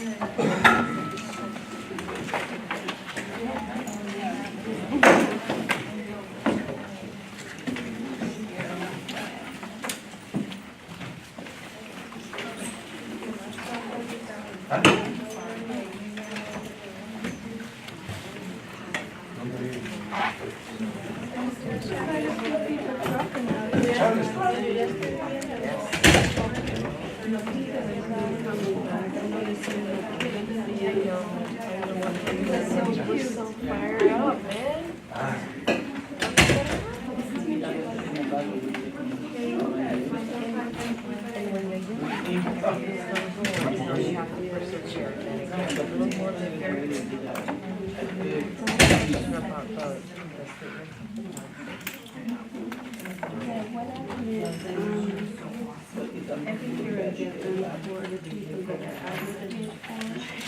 And just one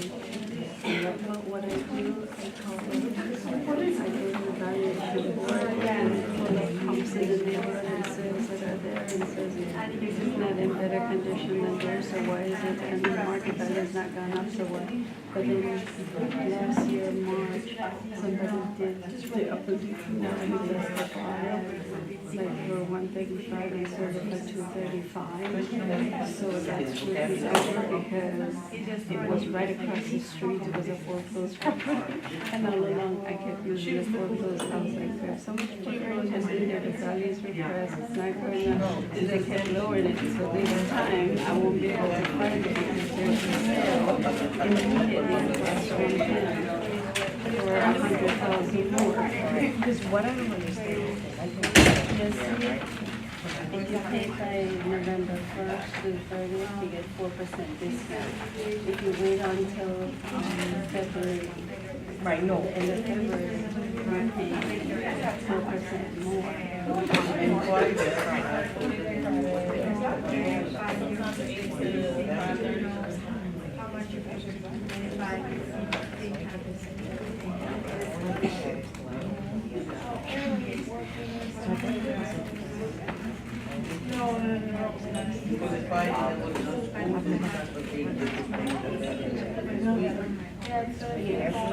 Now, well, the property, if they're doing PITI, which is property, which is principal and interest taxes and insurance, they're probably escrow. You'll get a tax bill, but because you're at 75, you probably don't pay much property taxes anyway, but they've already allocated funds for that through your mortgage company, so. no, I never would. But I wonder, Call your bank to find out if they're paying, if they have an escrow account. No, not necessarily. I've done taking loans that I haven't. I typically don't set up escrow with the mortgage company. I pay principal and interest, and I pay my own annual taxes. Because I negotiate. Probably is not. The rates are going Not everything's not good. I can't even remember stupid. I'm more good at deposit because I used to run a bank. So I know. I wanted to ask you something. Your baby, I thought it was a 65 community. Right. Oh, that's what I was thinking, okay. I was thinking of buying a condo over there small, but the $1,700 for the golf I'm not gonna spend, and I'm per month, and I'm not gonna spend $60,000 for the other social or entertainment activities. That's the problem. If you just have social, you pay up to, with taxes, everything, about 1,600 a month. Yeah. But you have to pay the initial $60,000 to get in with the new What? platforms that they're 60? building. 60? Yeah, 60 to get in. No. Yes, it's a one-time that you Yeah, pay. but, no, 60,000? Yes, because they're building a new facility with all that stuff. So if you're not gonna do the golf, they're gonna charge you more. I know. If before you would pay like 30,000 for the golf and privileges and stuff, because the bigger when you play golf every time you're gonna pay. But if you're not gonna get the golf and amenity, then they charge you 60,000. But I didn't know that they raised it to 60,000. Yeah, 60. At my time, I paid 25,000. Yeah, then all of it was 30. Now they're saying $60,000. That's why my friend is considering to leave. Wow. But you already paid for that. Well, his parents pay for that, so he's not paying, but think about it, he's still paying $1,700 just for monthly stuff for But the golf. he's paying for tennis, golf or social? He's paying for the golf membership because they always have it, but he's not really, he goes down to Sherwood, which is the free golf course, he's not using the golfing facility. I saw all the golfers, did you see all the traffic we had last week? because there are tournaments Yeah. coming, oh my God. Yeah. That's terrible. You know what I'm thinking of doing? You know, I'm gonna learn about that anyway. What? Voy a ir a buscar la serie porque estoy enferma. ¿Será que tú me puedes decir Oh, las estrellas? Te mando la foto. Sí, me la mando. Porque necesito un libro para...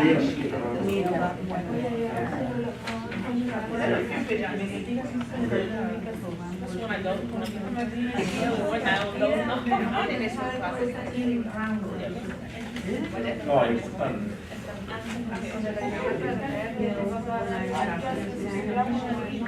¿Tiene las notas?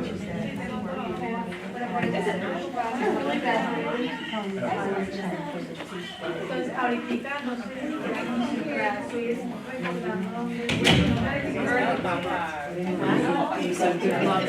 I'm telling you.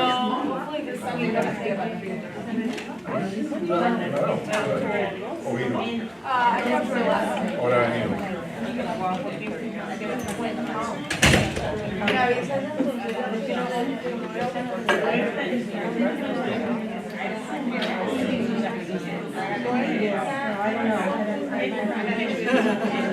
Can you believe that? How many?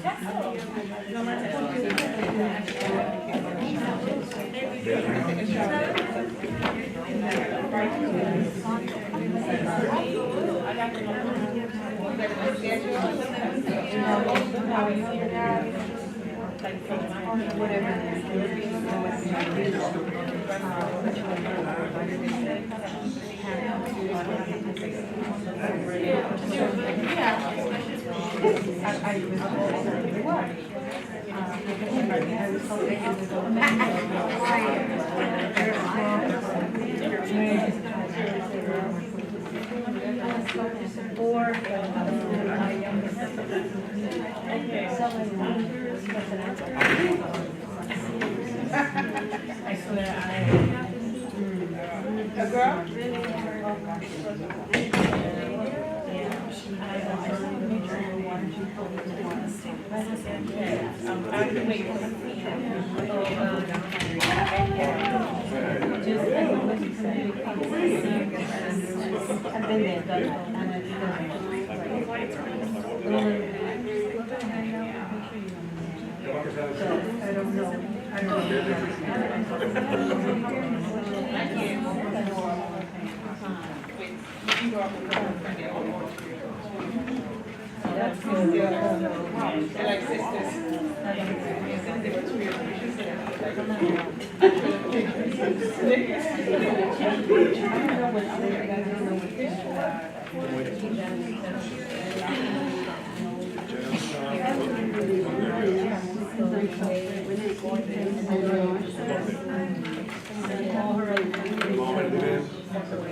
¿Arriba de qué? ¿Al lado de qué?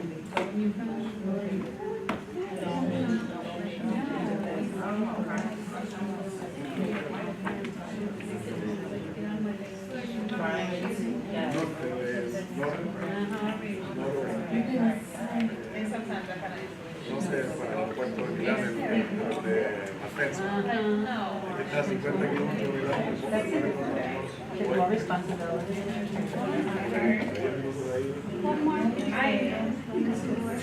Río Ticino.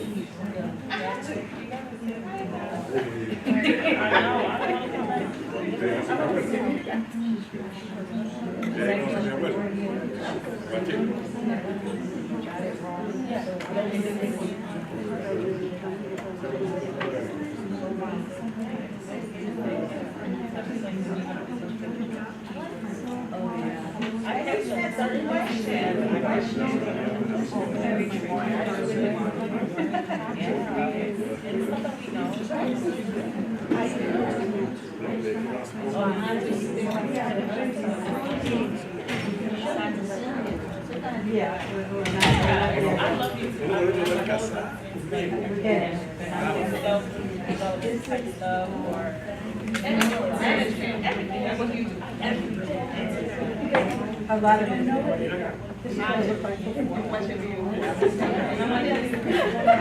I saw that. You have to come here. I swear I've been like chasing it. Hi, Jackson. How's she doing? She's okay. I mean, not good. We're gonna try to go, hopefully she's up to their function. Okay, now. It's sad.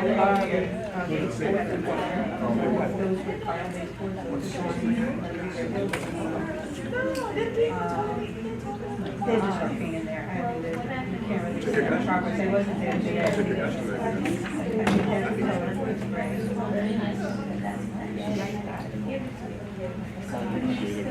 That's the closet, here, it's hard to see what was, yeah, his, the doors, everything. So that's amazing. You like that one, right?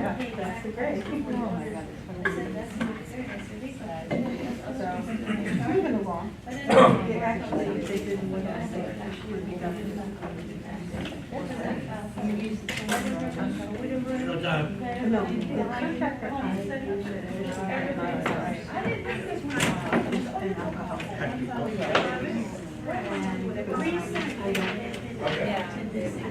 You know what?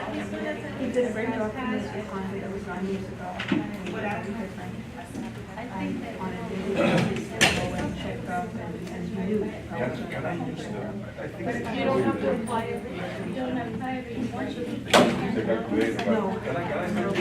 Probably, I would take, I'm the first class, as far as the state exam, I would take another one. Yeah, I am But it was so expensive. They probably, For like a third of the price. again, I would take the state Like, what it is, too. he just tells me what it is. And I order it. But here I can bring that. Or he said, like, we're gonna sell the appliances at 33. Okay, let's take a look at this question 10. Yeah, it's very. It's worse coming in. No, it's gonna dump it, I said, it's just have them go around. We're going back. Because you see the traffic, that we're going south, you see the traffic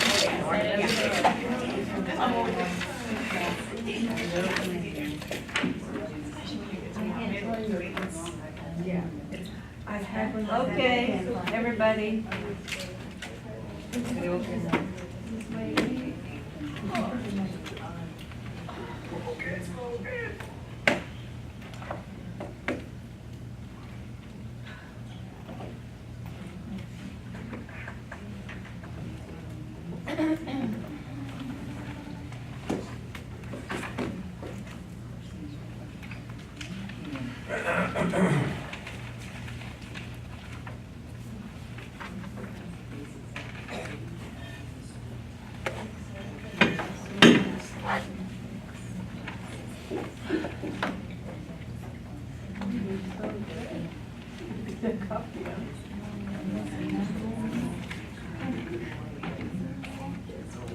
I hate to tell you, but you're eating into your time for me to go over this problem.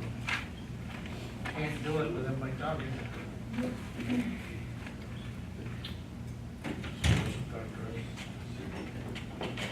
Okay, question 10 on page 399. It says a homesteaded property is located in St. Petersburg, Florida. Anything of importance in that statement? Nothing. Yeah, homestead. Because if it didn't tell you it was a homestead property, guess what? You're not qualifying for any of these exemptions. But can they ask you something like that? I mean, not mentioning homestead, so you They can do cannot. anything they damn like Bill. So they can, I mean, it's good to know. That's why I mentioned it. It says the city tax rate is 8.7 mils, the county tax rate is 9.2 mils, and the school district tax rate is 6 mils. The homeowner is blind and has qualified for the homestead exemption. Now, the little footnote you have there, you wouldn't have on the test, just so you know that. And it says that the home has an assessed value of $165,000. It says, what is the taxable value of the property for the school taxes? Now, how do we calculate the assessed value. I'm sorry, taxable value. Assessed value minus the exemptions. All right, Taxable value. assessed value minus Exemption. my exemptions, I've got it. and that will give me,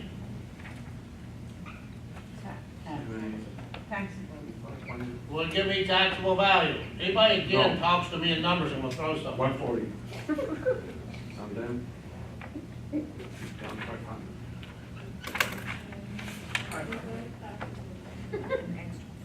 Now, they're asking me for what?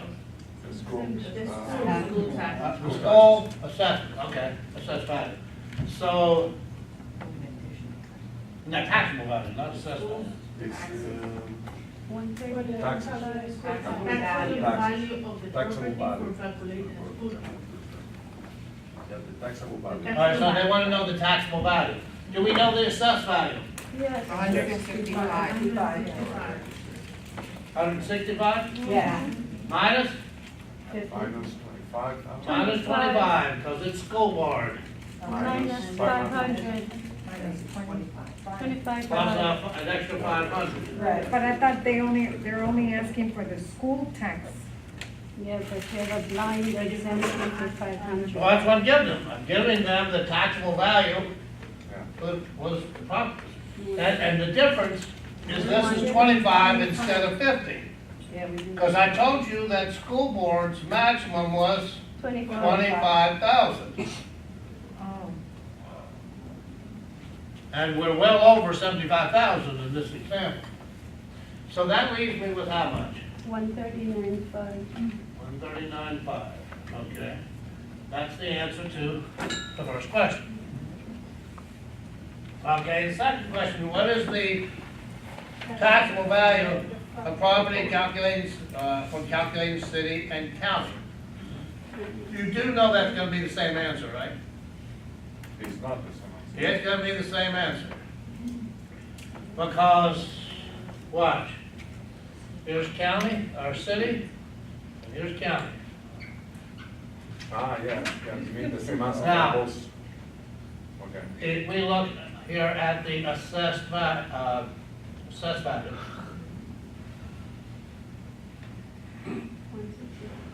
for the, city, the assessed value is 165. 165. For the county, 165. 165. What are their exemptions? 50,500. And 500. 50,000 500. and 500. Same. And that leaves me with 114,500. 114.5. Yeah. Okay.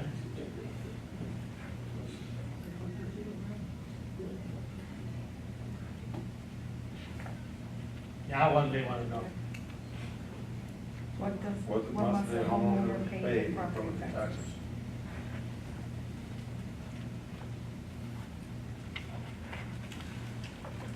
Okay.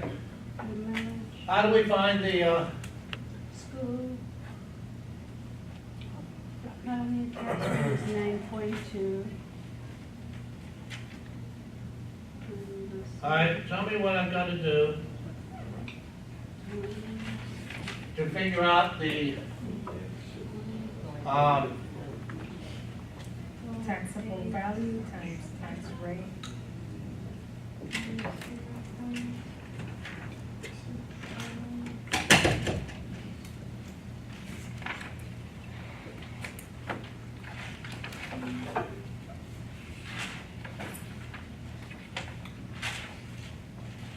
now, we already have a formula. What's the tax rate? $8.07 for school, $6 per thousand. I can't multiply by that. You'll have to give me the decimal equivalent. 0.6, sorry, 0.6006. .006. Okay, what was the 6 mils? Yes. Okay. Now, I take the taxable value and multiply it by the tax rate, and that should give me 837.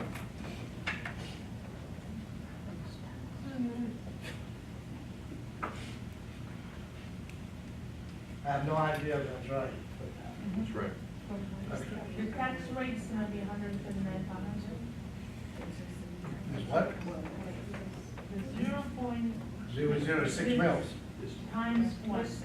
times the taxable value, right here. That's what you should be looking at, not that. That will never be the same. This will always be the same. Now, I'm not working two problems to come up with the city and county.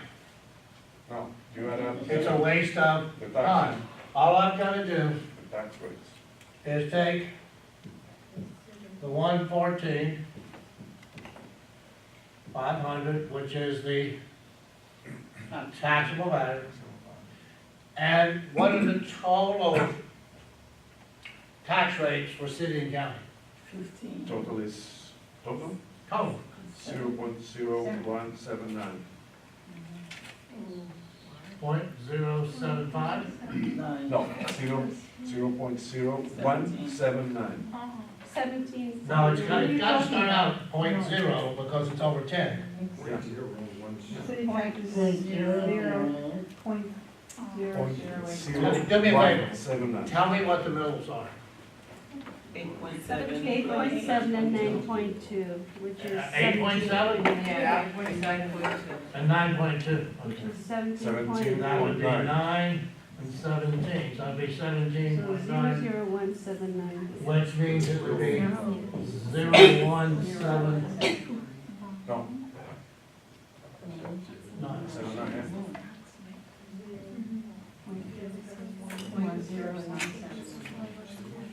And whatever that comes out to, 2,049 and 55 cents.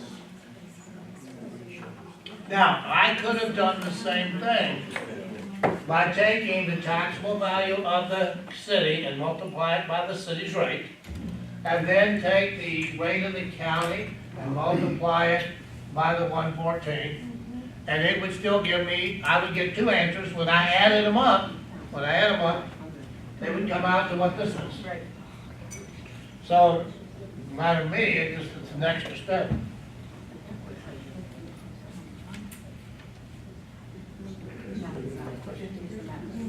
So that includes everything. Now, if the question was, what are the property taxes for this property? It would be the 837 and whatever that came out to. Right. Well, let's just put the number there. Everybody got it. What is it? 2,049.55. Plus the 837 would be the total property taxes for that property.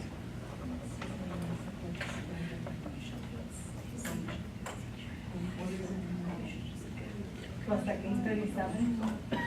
Yeah, this one's 837.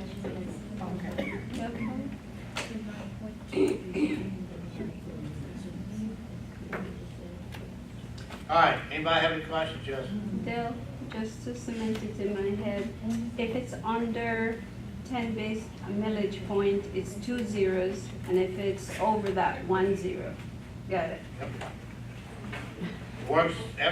It works from 0 to 99. Okay. That should cover. Because like I said, Tom, sometimes the question is just asking you to convert 10 mils into a decimal.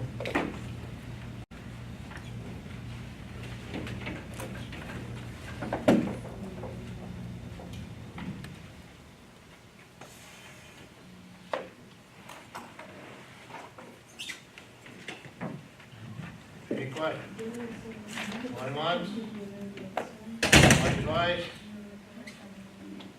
God. And that problem did have a start. At the bottom of the page,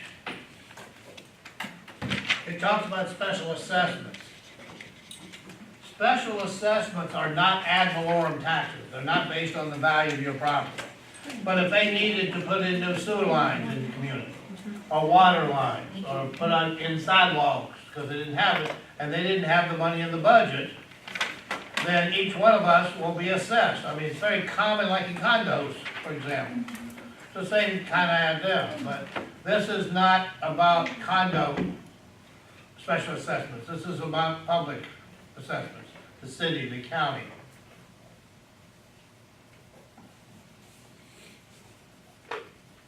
So bracket around that. It continues on the next page.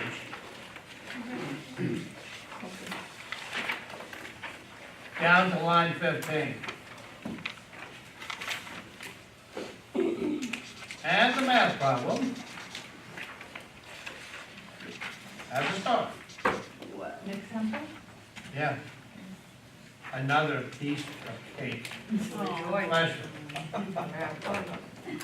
I mean, honestly, look at that question and tell me what's hard about it.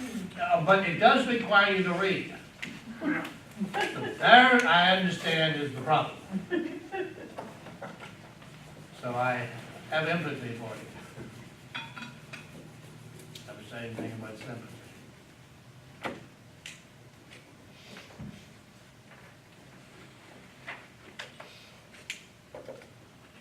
Now, there's certain information they have to give you. The typical question is about repaving the streets, or putting in new sidewalks, or putting in new water lines. So what you're gonna see in this type of question is they're gonna give you the front footage. In this case, it's what, 100? 100 feet. 100. 100, okay. What if it was a corner lot? They tell you it's a corner lot, and then they tell you the lot's 50 by 100. What's the front footage? 150. 150. 150. Why? It's a Because you have two fronts. Why? Because you have two fronts. If you're on a corner, you have at least two. Oh, okay. You could have three potentially. In other words, Where's the third street on your side might be just one lot wide or long. And so when you made the corner, when you get the other end of your, of that lot, there's another corner. I've never seen that. Now, you have to watch them because they're slick with this corner stuff. They kind of stick it in somewhere where you're not really, it's nowhere near the numbers. But again, that's, I keep telling you, when you deal with a math problem, the only way they're gonna trick you is if you don't read it right. Because, I'm sorry, there's nothing difficult about that. Would you agree there's a total cost for that 100 feet? In that example, would you agree there's a total cost for doing the paving on that street of 100 feet? Yes. Would you agree that the owner on each side would probably have to pay their proportionate share? Yes. So if I calculate the total amount, which is 100 by 24, which is 2,400. Now, the government steps in and says, okay, we'll take care of 30%, which leaves us at? 70%. All right, it leaves us at what? 1680. See, to me, if it tells me that the government is paying 40%, I'm not gonna calculate that 40%. That's a waste of time. That means as owners, we're paying what? 70%. So we take 70% of the 400, which leaves you with 1,680. 1680. Now the decision is, does my owner pay half of that or all of that? Each one. Right, so that my owner would pay half. What if there was nobody living on the other side? There was no house, it was just an open field? You have to pay. Let me ask you a stupid question. Does somebody still own that open field? Yeah. Okay, thank you.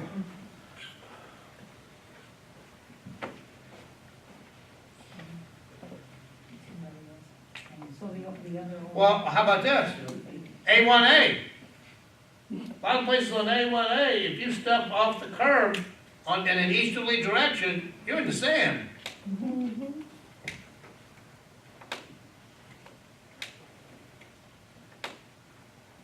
So would you pay the whole thing or half?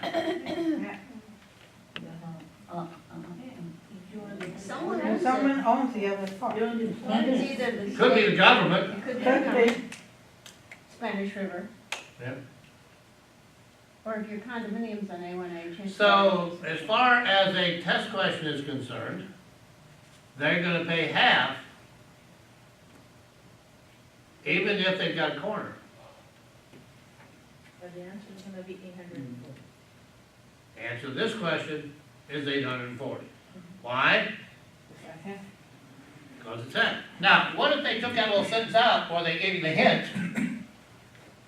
What would you answer? 840. Doesn't change the situation. Because what would make more sense? Knowing what they tell you here, what would make more sense? That they own both sides of the street or one side? It would make more sense that they own both sides? Okay. And what would be the likelihood that there's two sides to the street versus one side? 100%. Or at least close to it. So in other words, when I get questions like that, and I'm not sure how, are they trying to trick me? No, they're not trying to trick you. There's two sides to a road, unless if they tell you otherwise. What if they don't tell you? Well, how many streets do you know that have no road, don't have both sides? No, I mean, but if they don't explicitly. I'm answering your question. How many roads do you know that don't have two sides? Okay, so if you had to make a decision as to whether he pays half or he pays all, which way would you go? Because given the information, it's the only thing that makes sense. If they told me you own both sides of the street, that would be more obvious. Which I'm gonna do, that's too obvious. Okay. Something we didn't talk about is this. We did talk about it. We said that this year's taxes are gonna be delinquent April the 1st of 2018. We didn't talk about what happens on April the 1st. Does the county need that money? Yes. And there's gotta be some way for them to get it.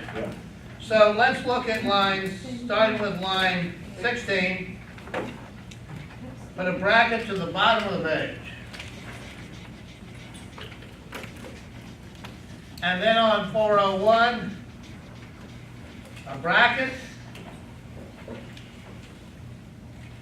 to line 21.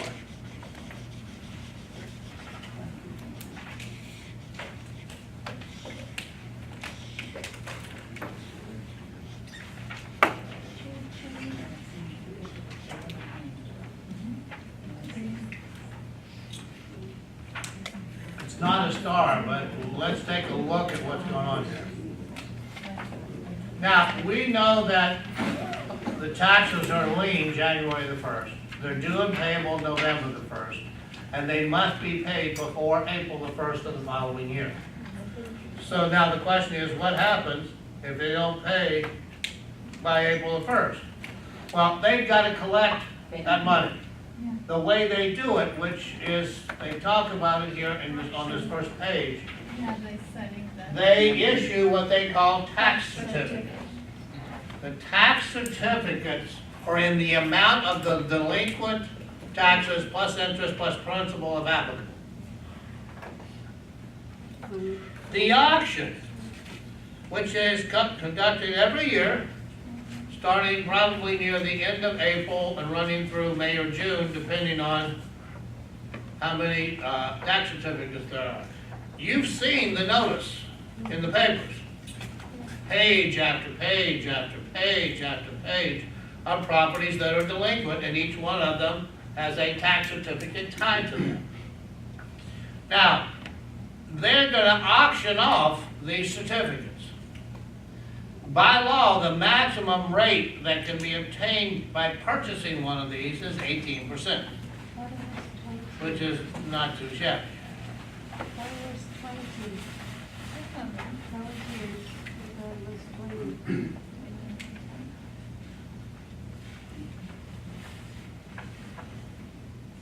No, it still says 18 in the book, so. That was in the past, because I just went. Going to, yeah, it says 18%. And only for 2 years. So here's the way it goes. If you want to win the bid, you have to bid fast. Because the lowest bidder wins. So if I bid 17, how do you outbid me? 16. If I say 10, how do you outbid me? 9.75. So let's assume I win the bid at 9%. What happens? I go over to the cashier and hand the cashier, let's say it's $1,000, it's the certificate. I hand them $1,000. What do they give me? Certificate. Will they face value of? 1,000. 1,000 plus The 9% interest. 9% simple interest.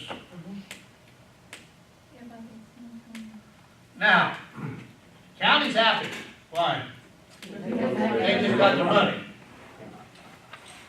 I now have the #1 lien on that property. In case you've forgotten, property taxes are the #1 lien on a piece of property.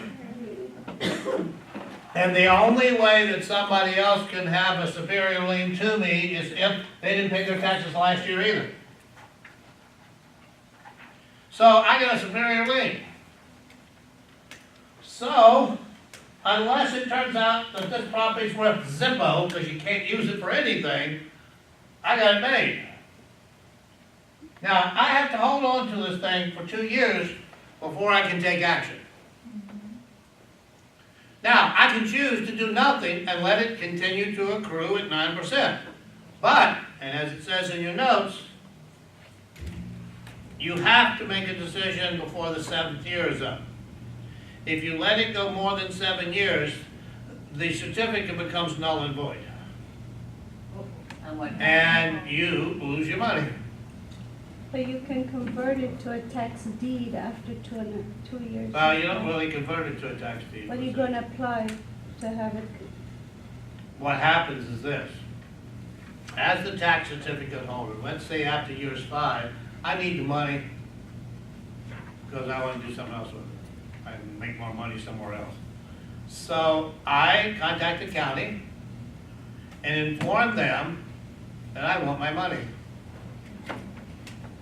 The county's going to contact the owner and basically give the owner 2 options. Either pay up interest and principal and penalties, or the county's going to foreclose on your property. As the certificate holder, I probably will show up at the auction. And I'm going to bid an amount that's like $5 over what the interest and costs would be.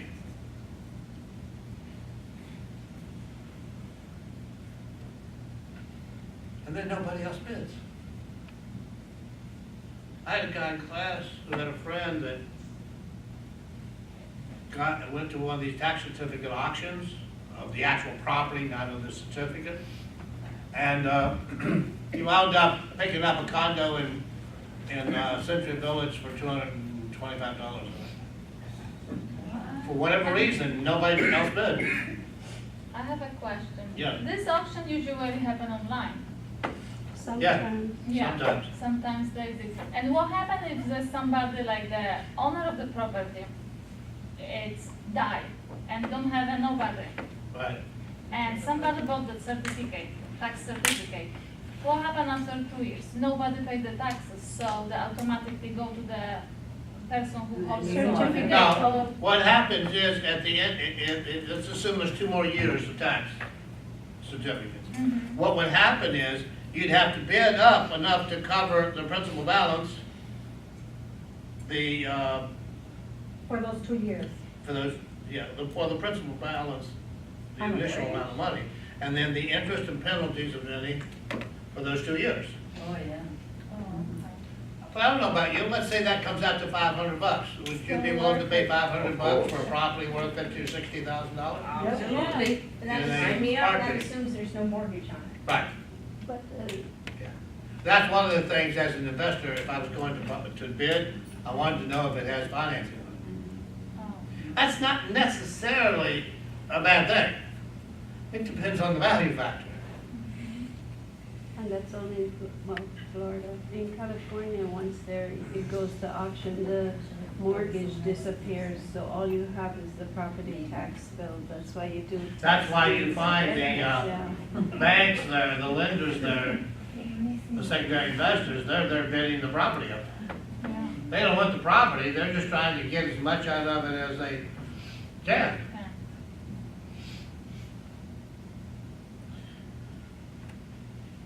Okay, that should take care of it. You have to be an expert to beat. And the 3 guys that I've had in class that I know did this, they said the best thing to do is, the first year, is to go and watch. And he says you can tell who the players are. And he says most of them are pretty nice and they'll talk to you. Pick their brain.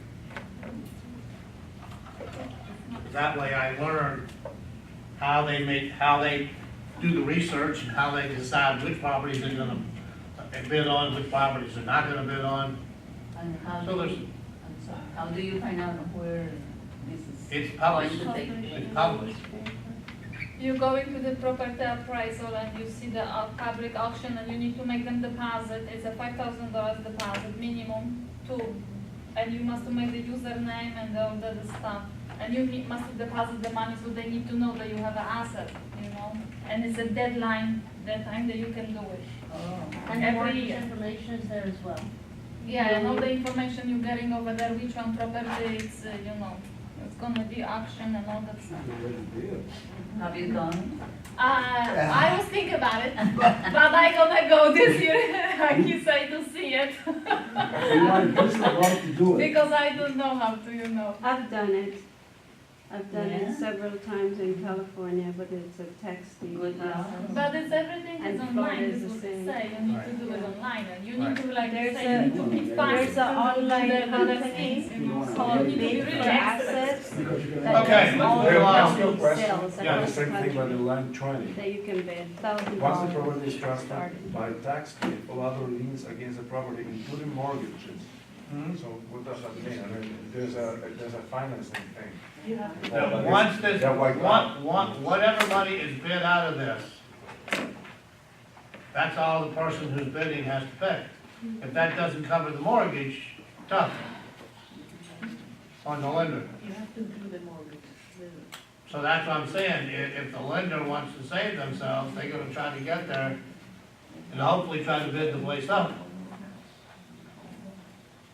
Because then, obviously, any monies that are generated beyond the, you know, the initial amount and then the principal, the interest and, penalty. See, I wanna bid on a property that's never lender, for obvious reasons. Does it state if there's a mortgage attached to it or not?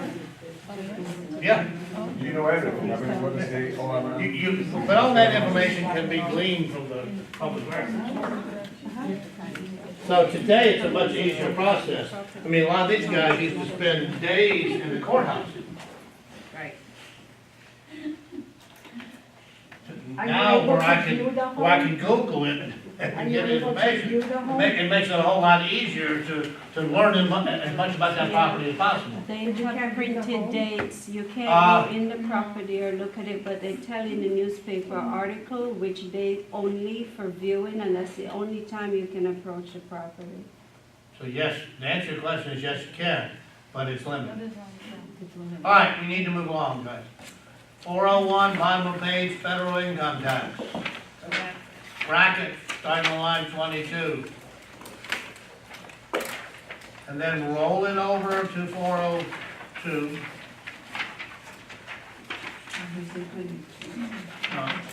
Starting on page 401, line 22. Whole page over and go to 21.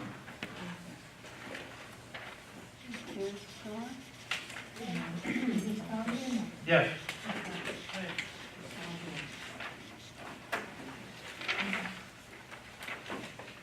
What are the two main things that you can deduct for tax purposes in regard to your home? Mortgage interest. Mortgage interest Property tax. and Property tax. property tax. What about homeowners insurance? No. I'd make a note that homeowner insurance or hazard insurance is not deductible for tax purposes. What is it, the home maintenance? Hazard insurance or homeowners insurance is not deductible for income tax purposes. Okay, which one has a star?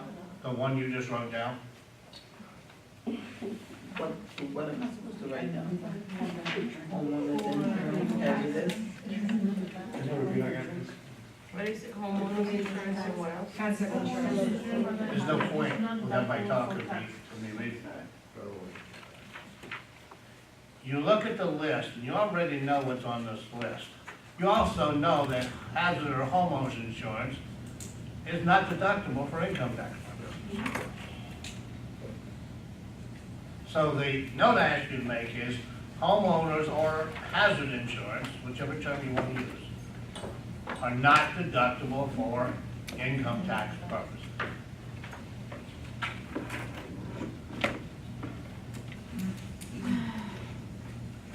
So that's what's star. So that means when they get that question, they ask you that question, you know what answer to go mark.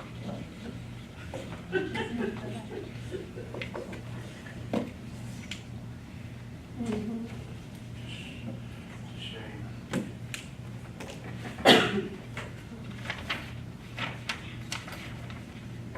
Okay, let's go over to 404.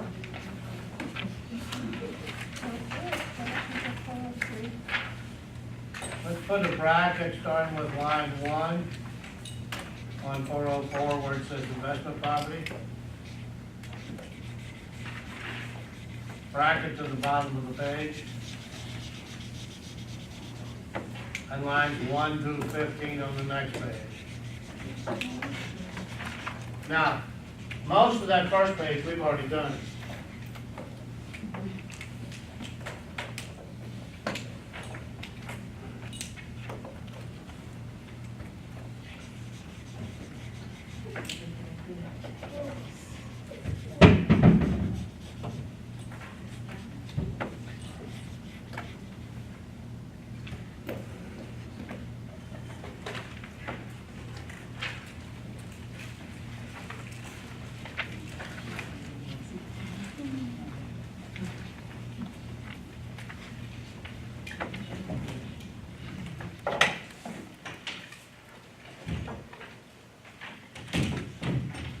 If you buy an 8-plex, what's going to be your main source of money?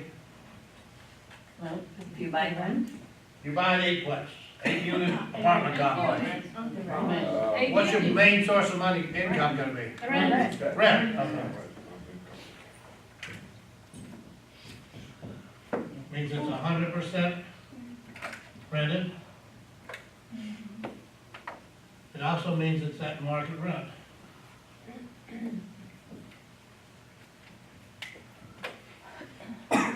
Because that's the only way it can reach its potential. And you always start at what's the maximum it most likely can do, and then work your way down. Now, we said another factor we need to take into consideration is vacancy and collection losses, which are a percentage of PGI. That number would be given to you in a percentage. 5%, 10%, 8%. Where's it come up? Where's the investor get that number from? Analyzing the marketplace. If I'm a prudent investor, if the marketplace is showing a 5% vacancy and collection loss, even though the building I'm looking at is showing 0, in my analysis, I would assume that I'd probably more likely float around 5% than 0. Now, some investors may not do that. If you have additional income, like vending machines, which you might have at an Aplex, you may have washing dryers on that beach floor. If you had covered parking and you charged extra for the covered parking, that would be additional income. That leaves you with EGI. This is fantasy, and this is more like reality. Because that first word is effective. Potential, effective.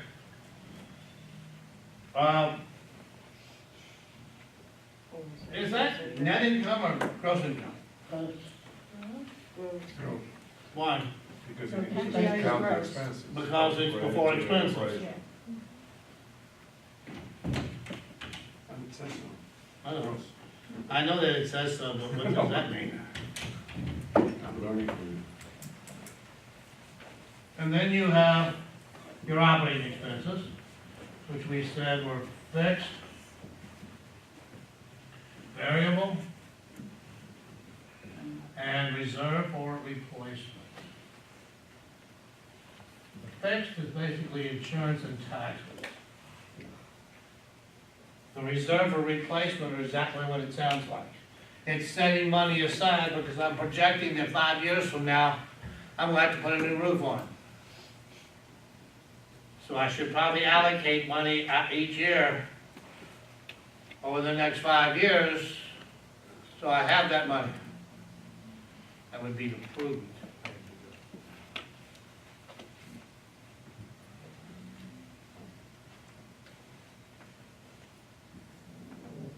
And this is net operating income.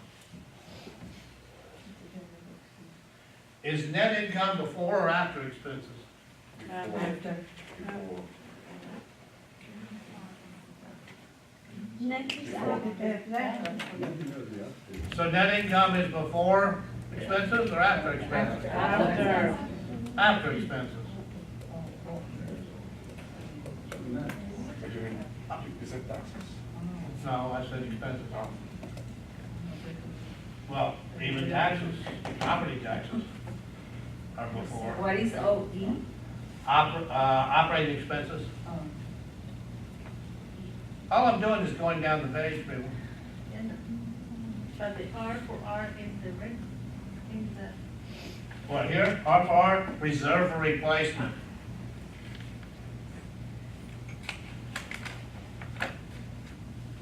I mentioned that on line 16. Now, are the reserves for repairs or replacement? Replacement. Because it doesn't say reserve for repairs, it says reserve for replacement. Now,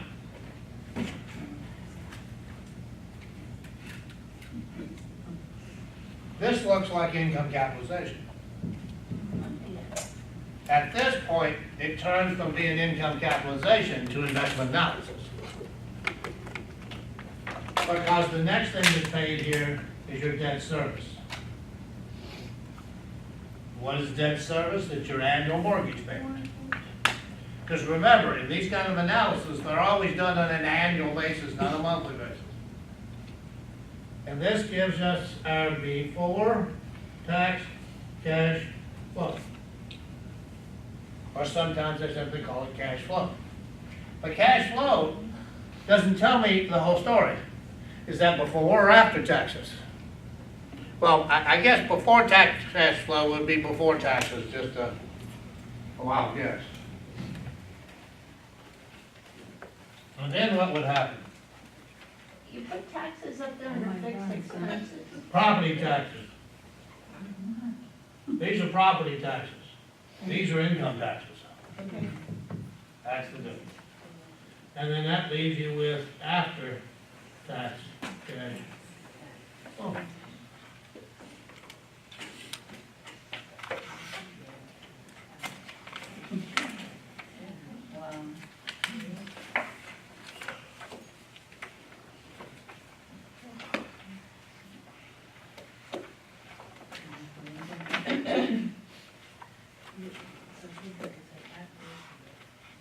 APCF is, After tax cash after flow. tax flow, yeah.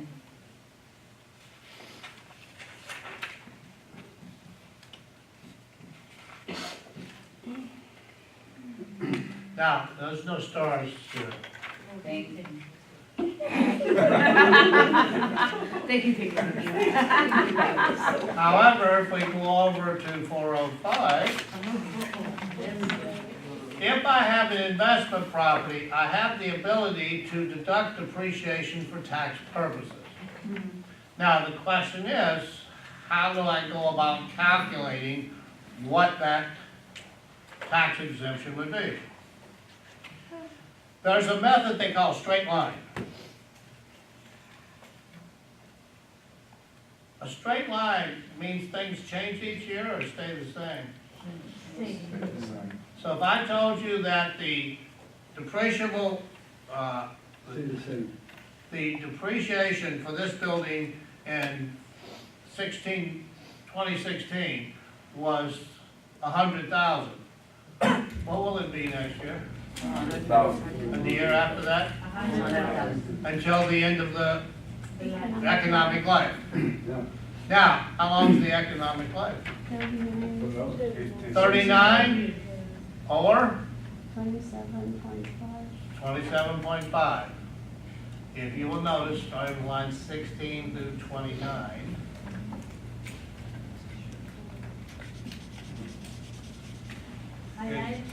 Highlighted the 29 and a half and the 39 are stars, or 27 and a half, not 29. 27 and a half and 39 stars. Right. One of them's for useful lives for non-residential, and that's the 39. 39 is non-residential. Yeah. 27, 25.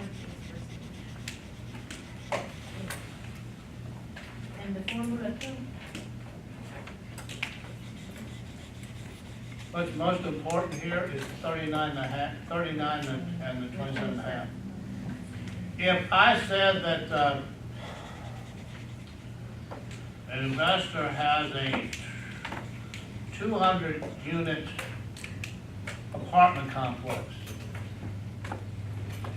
what useful life would they use for tax purposes?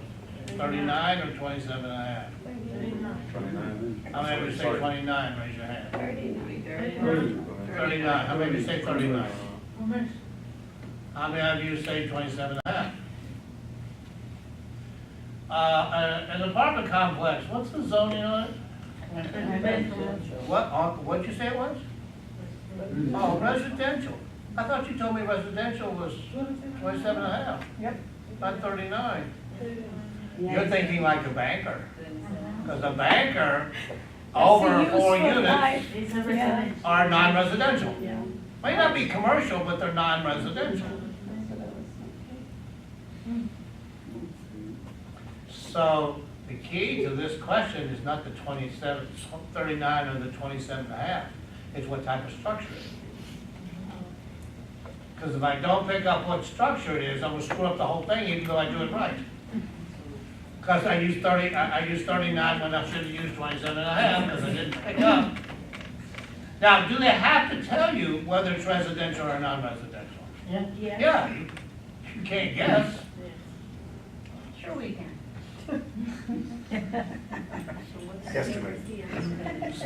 I suggest if you guess, try 39.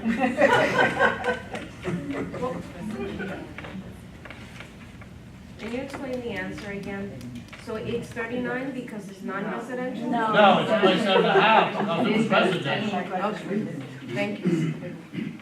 Because the zoning on a 200-unit apartment complex would be residential. This building would be non-residential, so this building would be, depreciate at 39. So the laws about the 4+ and all that does not apply to this? The what? Oh, yes, yes, because they apply only from the standpoint of a 4-unit residential is 27.5, but anything that's zoned residential, whether it's 4 units or 10 units or 100 units or 200 units, it's still residential under the IRS code. Yes, the use, like the use is gonna be for residential. Okay? I know it's not okay, so, see, look. No, it's not okay, but that's okay. No, it's not. It's okay that it's not okay. It's never okay when a student says that to me, it drives me nuts. Here's the deal, Perfectionist. you ready? If it's zoned residential, which one would you do? 27.5. No, her and I are talking. Talk amongst yourself, leave us alone. If I told you it was non-residential building, It would be the 39. right, so what about a 200-unit apartment complex? Now I know it's residential, but I'm stuck on the whole, what we learned before, the 4 more units and. Well, Am that, I the well, only one well, who no, remembers but that? see, because this was for taxes. This is the IRS code. IRS looks at residential versus non-residential. And the breaking point is what the zoning is. There isn't the breaking point like when we talked before about 4 units or less, or 4 or 5 units or more, or we talked about, when we talked about the different brokerage relationships and what residential meant. Okay, that's why I got Yeah. confused. Okay. Thank you. You're welcome. Never tell me that you didn't get it. That's the worst thing in the world you can do, because now I've got it on my mind. Fortunately, usually tell by the look. Okay, we have one more chapter. And it starts on page 412.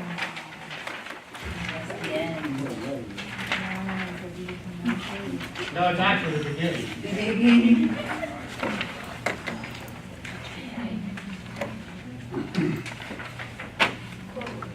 That was with all the fun.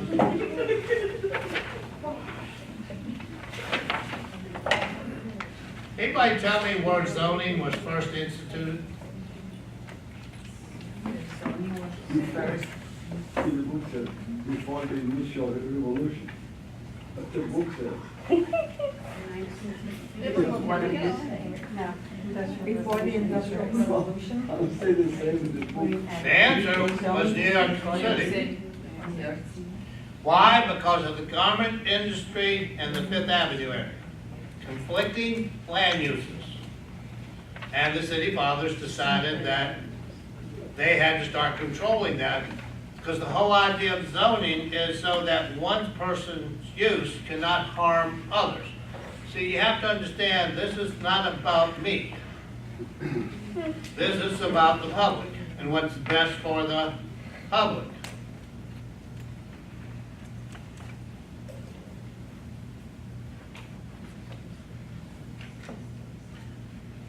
What gives them the right as the government to place restrictions on how we use our property? Safety? Regulating future growth. Police power.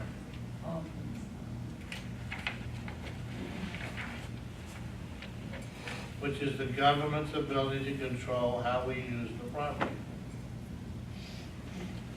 Eminent domain is taking it away from you for public use. If you'll notice at the bottom of page 412, you may want to put a bracket around lines 25 through 44.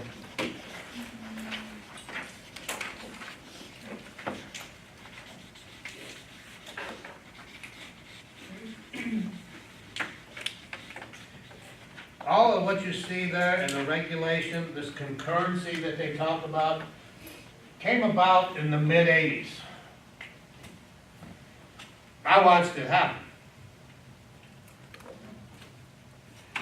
Good example of what they're talking about here is the Boca del Mar area, power line in Palmetto, as frame of reference. Number one, Palmetto did not go past the turnpike until probably close to the 90s. But that was an area that was building, it was like any place that was a space of dirt, they were building something. Kind of like what they're doing now. And what happened was that all the infrastructure wasn't being put in place fast enough to accommodate the building. And they had moratoriums on building. That's why, if you're familiar with that point in time, there were a lot of developers who were actually laying out money to help with the infrastructure. Because it was cheaper for them to help the city and county take care of these things and get them in place, because it was slowing up their ability to build their houses and sell them. So the whole idea of this 85 law was to regulate the building from the standpoint, and they use the term concurrency, but that really what it means is the infrastructure of the area, which would include schools and water purification and, right down the line, fire stations, schools, parks.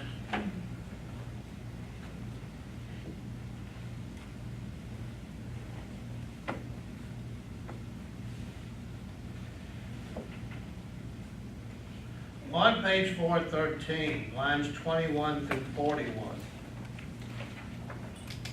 Let's put a bracket around those.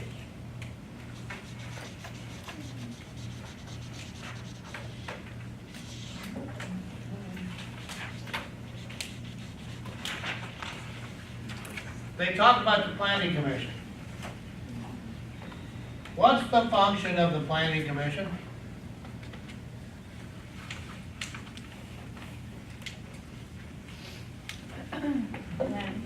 To plan, that's why they call them planning. As a planning commission, do we typically have final authority when it comes to the actual implementation of the plan? No. The answer is no. That's done by the local government, city, county. Their job is to do exactly what it sounds like. Now, there are 3 areas where the Planning Commission does actually have final authority. Before you turn the page, Planning Commission members, are they appointed or elected? Appointed. They're appointed. Which means obviously there's no politics involved with this. I had a gal in class who was on the Planning Commission, late 60s, early 70s. And she says, I remember people coming in and saying, this is going to be Boca Raton in the 80s and 90s. She said the people would start laughing. The ones that realized what she was saying are now called rich. There was one man that owned the land that's Kendall. The land that's what? Kendall. Kendall. Is that a city? Kendall in Miami. Yeah, Kendall in Miami. That's huge. He owned all that land, because all that land was basically swamp. But, like I said, some people saw the future and some people missed it.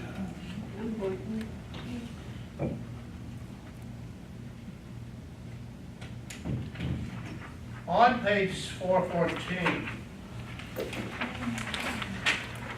we said that the Planning Commission's job is basically to plan. However, there are 3 areas where they do have final authority. You'll see them listed there. It says subdivision plan approval, site plan approval, sign control.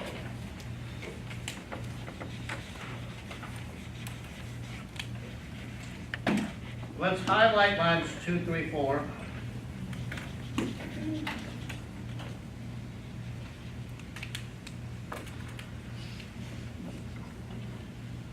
And then highlight the headings, subdivision plan approval, site plan approval, sign control. And this is a star. The whole thing is done? Yeah.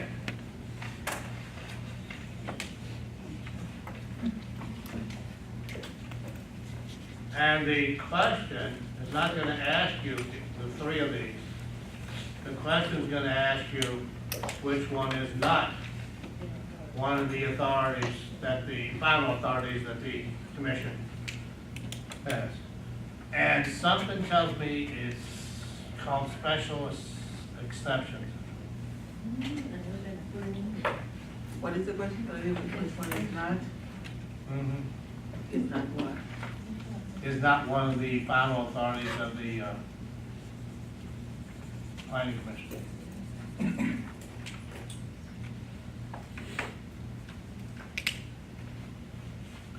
On page 415, So what is the answer? what's the answer? Anything other than those 3?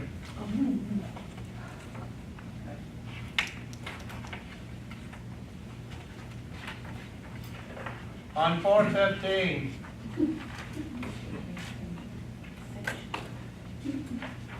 lines 1 through practice questions 4.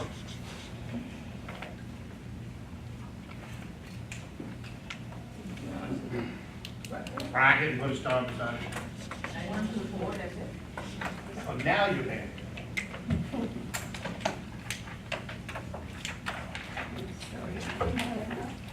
It says at the top of the page, calculating lots per acre.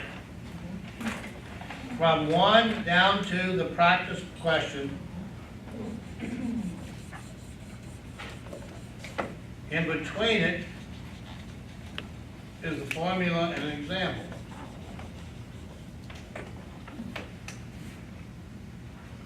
Now, there is a number that you have to remember in order to work this problem. It's the square footage per acre, 43,560.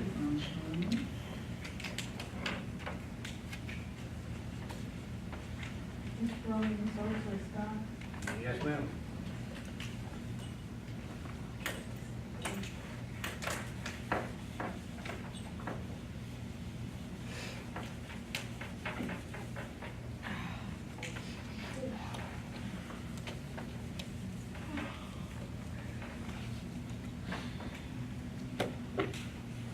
Now, if you looked at this problem here, first thing that you need to do, you know what, let's use the example at the bottom of the page.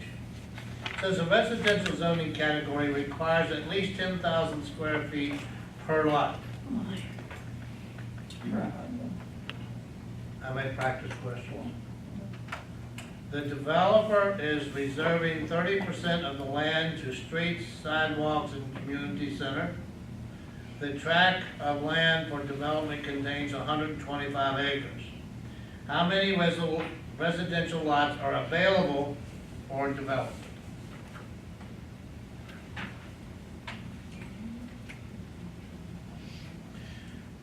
Would it make sense that I should figure out how much square footage I have to work with?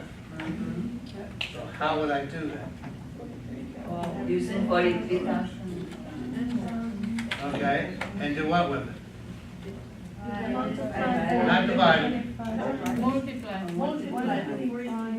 All right, so the first thing I would do is take 43,560, which is the square feet per acre, and do what? Multiply it by the acres.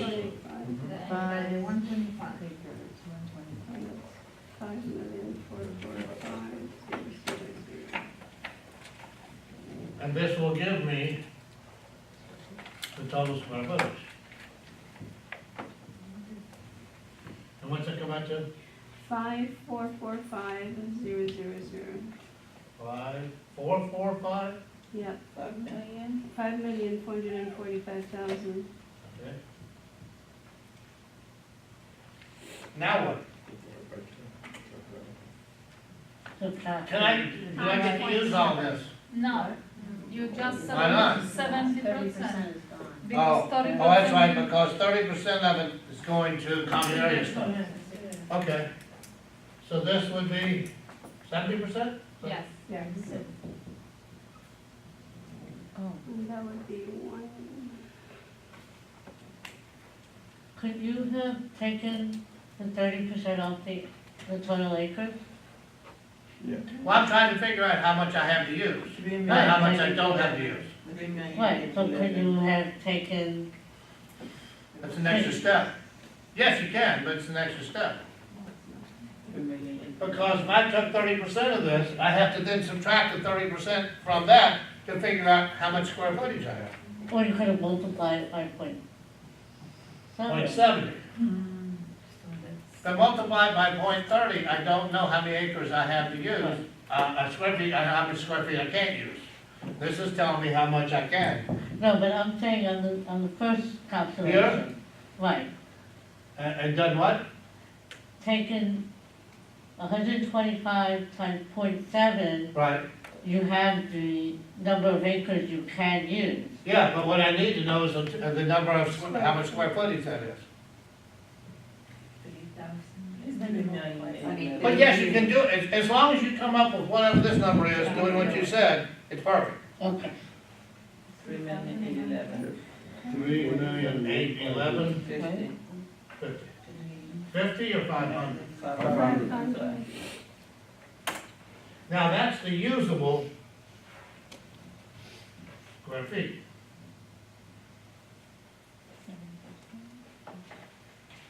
Okay, now, it tells me that each lot has to be 10,000.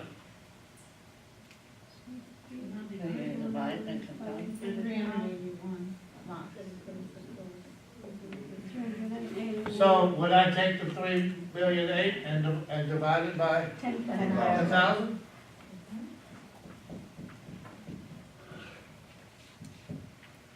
And that gives me total lots.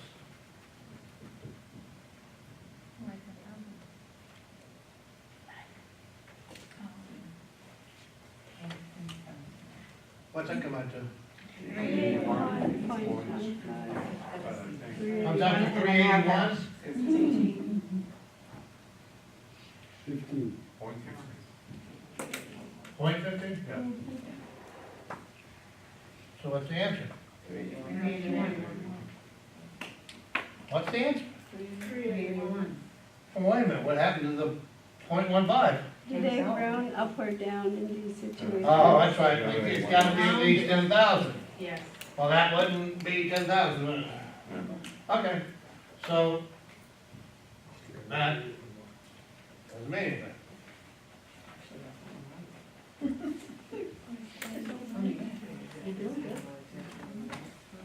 Do you see what happens if you set it up before you touch a calculator? You'll find that you can think your way through it or talk your way through it. If you put that calculator in your hand and start pushing buttons and try to come up with something, you're not paying attention to what the question is telling you. The question is telling you what to do. So you really have to pay attention to that before you worry about the numbers. Because if you can pick up on this part, you're all up better off. Okay. Let's go down to line, I have a question. yes. How did you get that .70? The city, the government, or the developer was gonna hold back, 30%. 30%. That's what they get. Okay, line 19. On the same page. It says zoning ordinances are local laws that implement the comprehensive plan. That sentence, I'm on page 415, I'm on line 19. The sentence that is line 19, where's the start?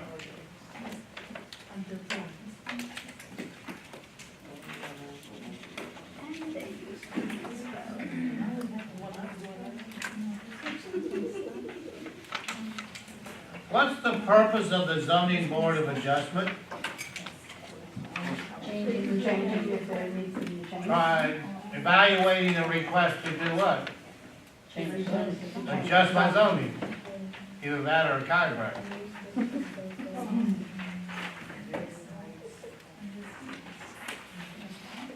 As a home, property owner who is asking for a zoning adjustment, what's the first thing you have to prove?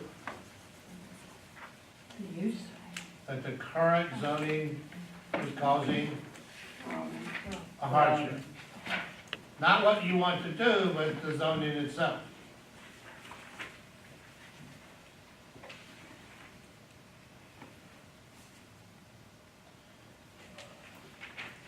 One thing that I picked up from one of the people that were on the boards is that you can't say, well, everybody else in the community was given that right. Why can't I? They say that she's been on boards where they have rescinded certain variances that they allowed because once they allowed it, they couldn't take it away, but they stopped allowing it because it was causing problems that they didn't anticipate. So the point she was making is you can't say, well, everybody else has got it, why can't I? Well, it may be because you got there too late. Or it may be your predecessors abused it, and therefore the planning commission or the zoning board is not going to be willing to grant you that variance.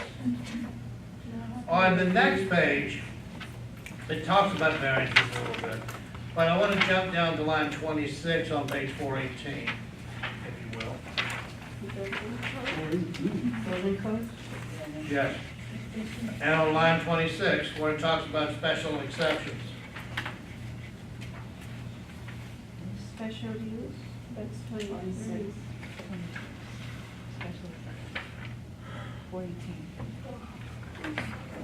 418, line 26. I have daycares. I'm constantly looking for new locations. I find a community of 200 plus residents. Statistics show that each household has 3.5 kids, 2.5 dogs, and 0.5 hamsters. Oh my God. But the age brackets were conducive to my child daycare. I have found a double lot in the community or near the community that would be perfect. I have architectural plans that would blend it into the community's architectural style. This would not be a variance. A variance means what? I'm doing it a little different. A special exception, or what they call a special exception use, is when I'm asking them to do something that is totally different. But the reason I'm asking for it is I'm going to be providing a service to that community.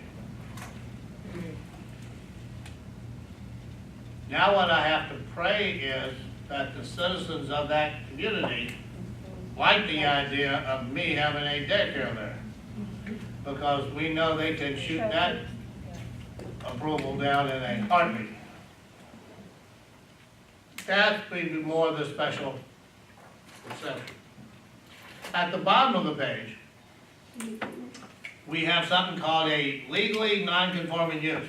That always kills me. A legal use that's not legal. put a bracket around that, which continues to the top of the next page, and? Stop. That's fine.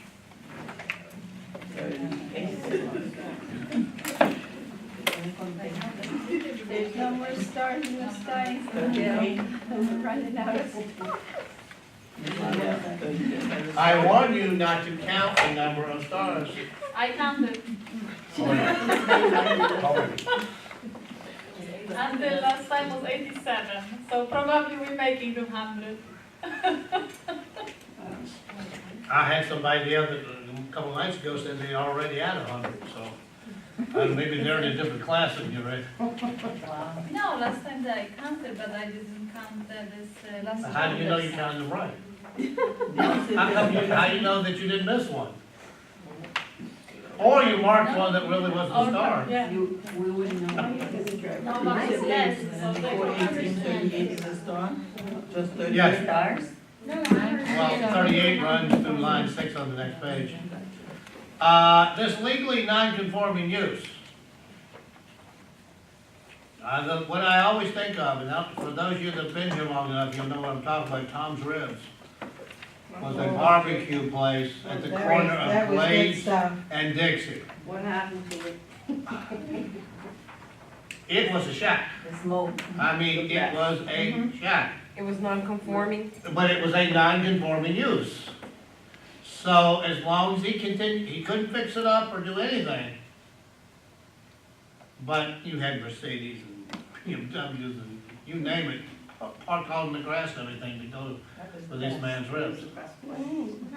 But that, well, eventually they moved up the road on Federal Highway where Ascension Church is, kind of across the street. And I don't know, over time it just seemed to fade away.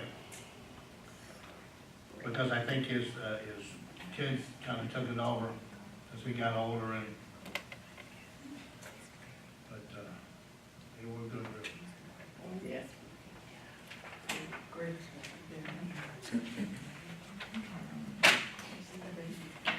On page 420.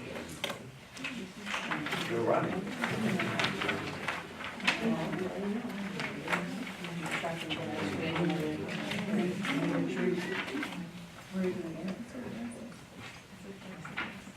I would like for you to put a bracket on page 420, starting with line 17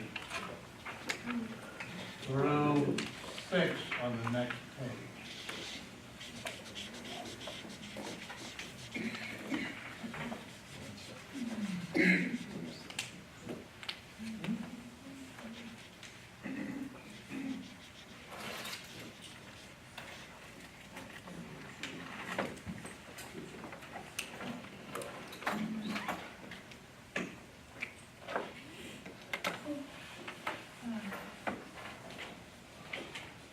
The reason I point this out is not so much for the test as it is for when you get out there in real life, because flood insurance, depending on what flood's on your end, is becoming extremely expensive. It used to be 100, 200 bucks, about any place you can get flood insurance, not anymore. So it's something that you need to be conscious of, because a lot of people go, obviously, in an area like this, with flood insurance. And it's not a cheap little thing to do. You get that insurance based on your address, right? I'm sorry? Based on the address, that's how you get the lowest one, or? Well, it depends on the elevation certification. In other words, how far it is above sea level. Right. That determines what zone it's in. We're all in a, every house here is in a flood zone. The question is, how much does it have to flood before it gets to yours? We do have a mountain here in South Florida. Trash mountain. Yeah, it's Mount Trashmore. Mount Trashmore. Down in Palmdale. The dump. Oh, There's only another one in the. Is that the only one? West. No, they're all over the place. Just if you go 95 or the turnpike, just north of Okeechobee, Boulevard. There's a big one up there Slowly too. mountain.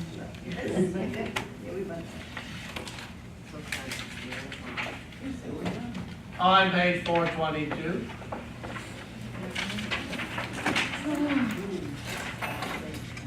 Asbestos, as I think mentioned before, it's still prevalent, but you don't hear as much about it as you do radon gas. Here, not really with radon gas.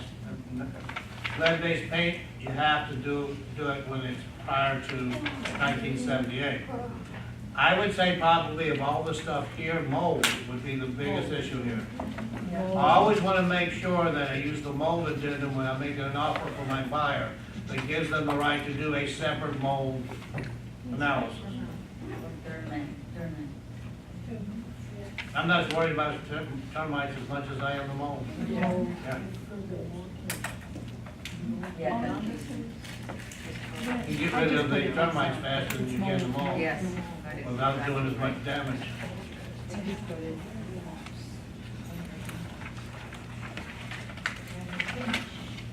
Okay, I think we're at the end. For those of you of little faith, lack of confidence, who were bitching, complaining to, make a list, but there's no way he's gonna get through on time. Thank you for all your stars. Now, listen to me, on Wednesday night, if I don't bring it up, you don't ask. Okay. Or you will find yourself definitely out that door. We got it? I sure did. About what, return? Yeah, I'm gonna go over the stars. Now, So you're gonna have some kind of structure, it's not gonna be, that's what I said, if I don't bring it up, you don't ask. We need a little part.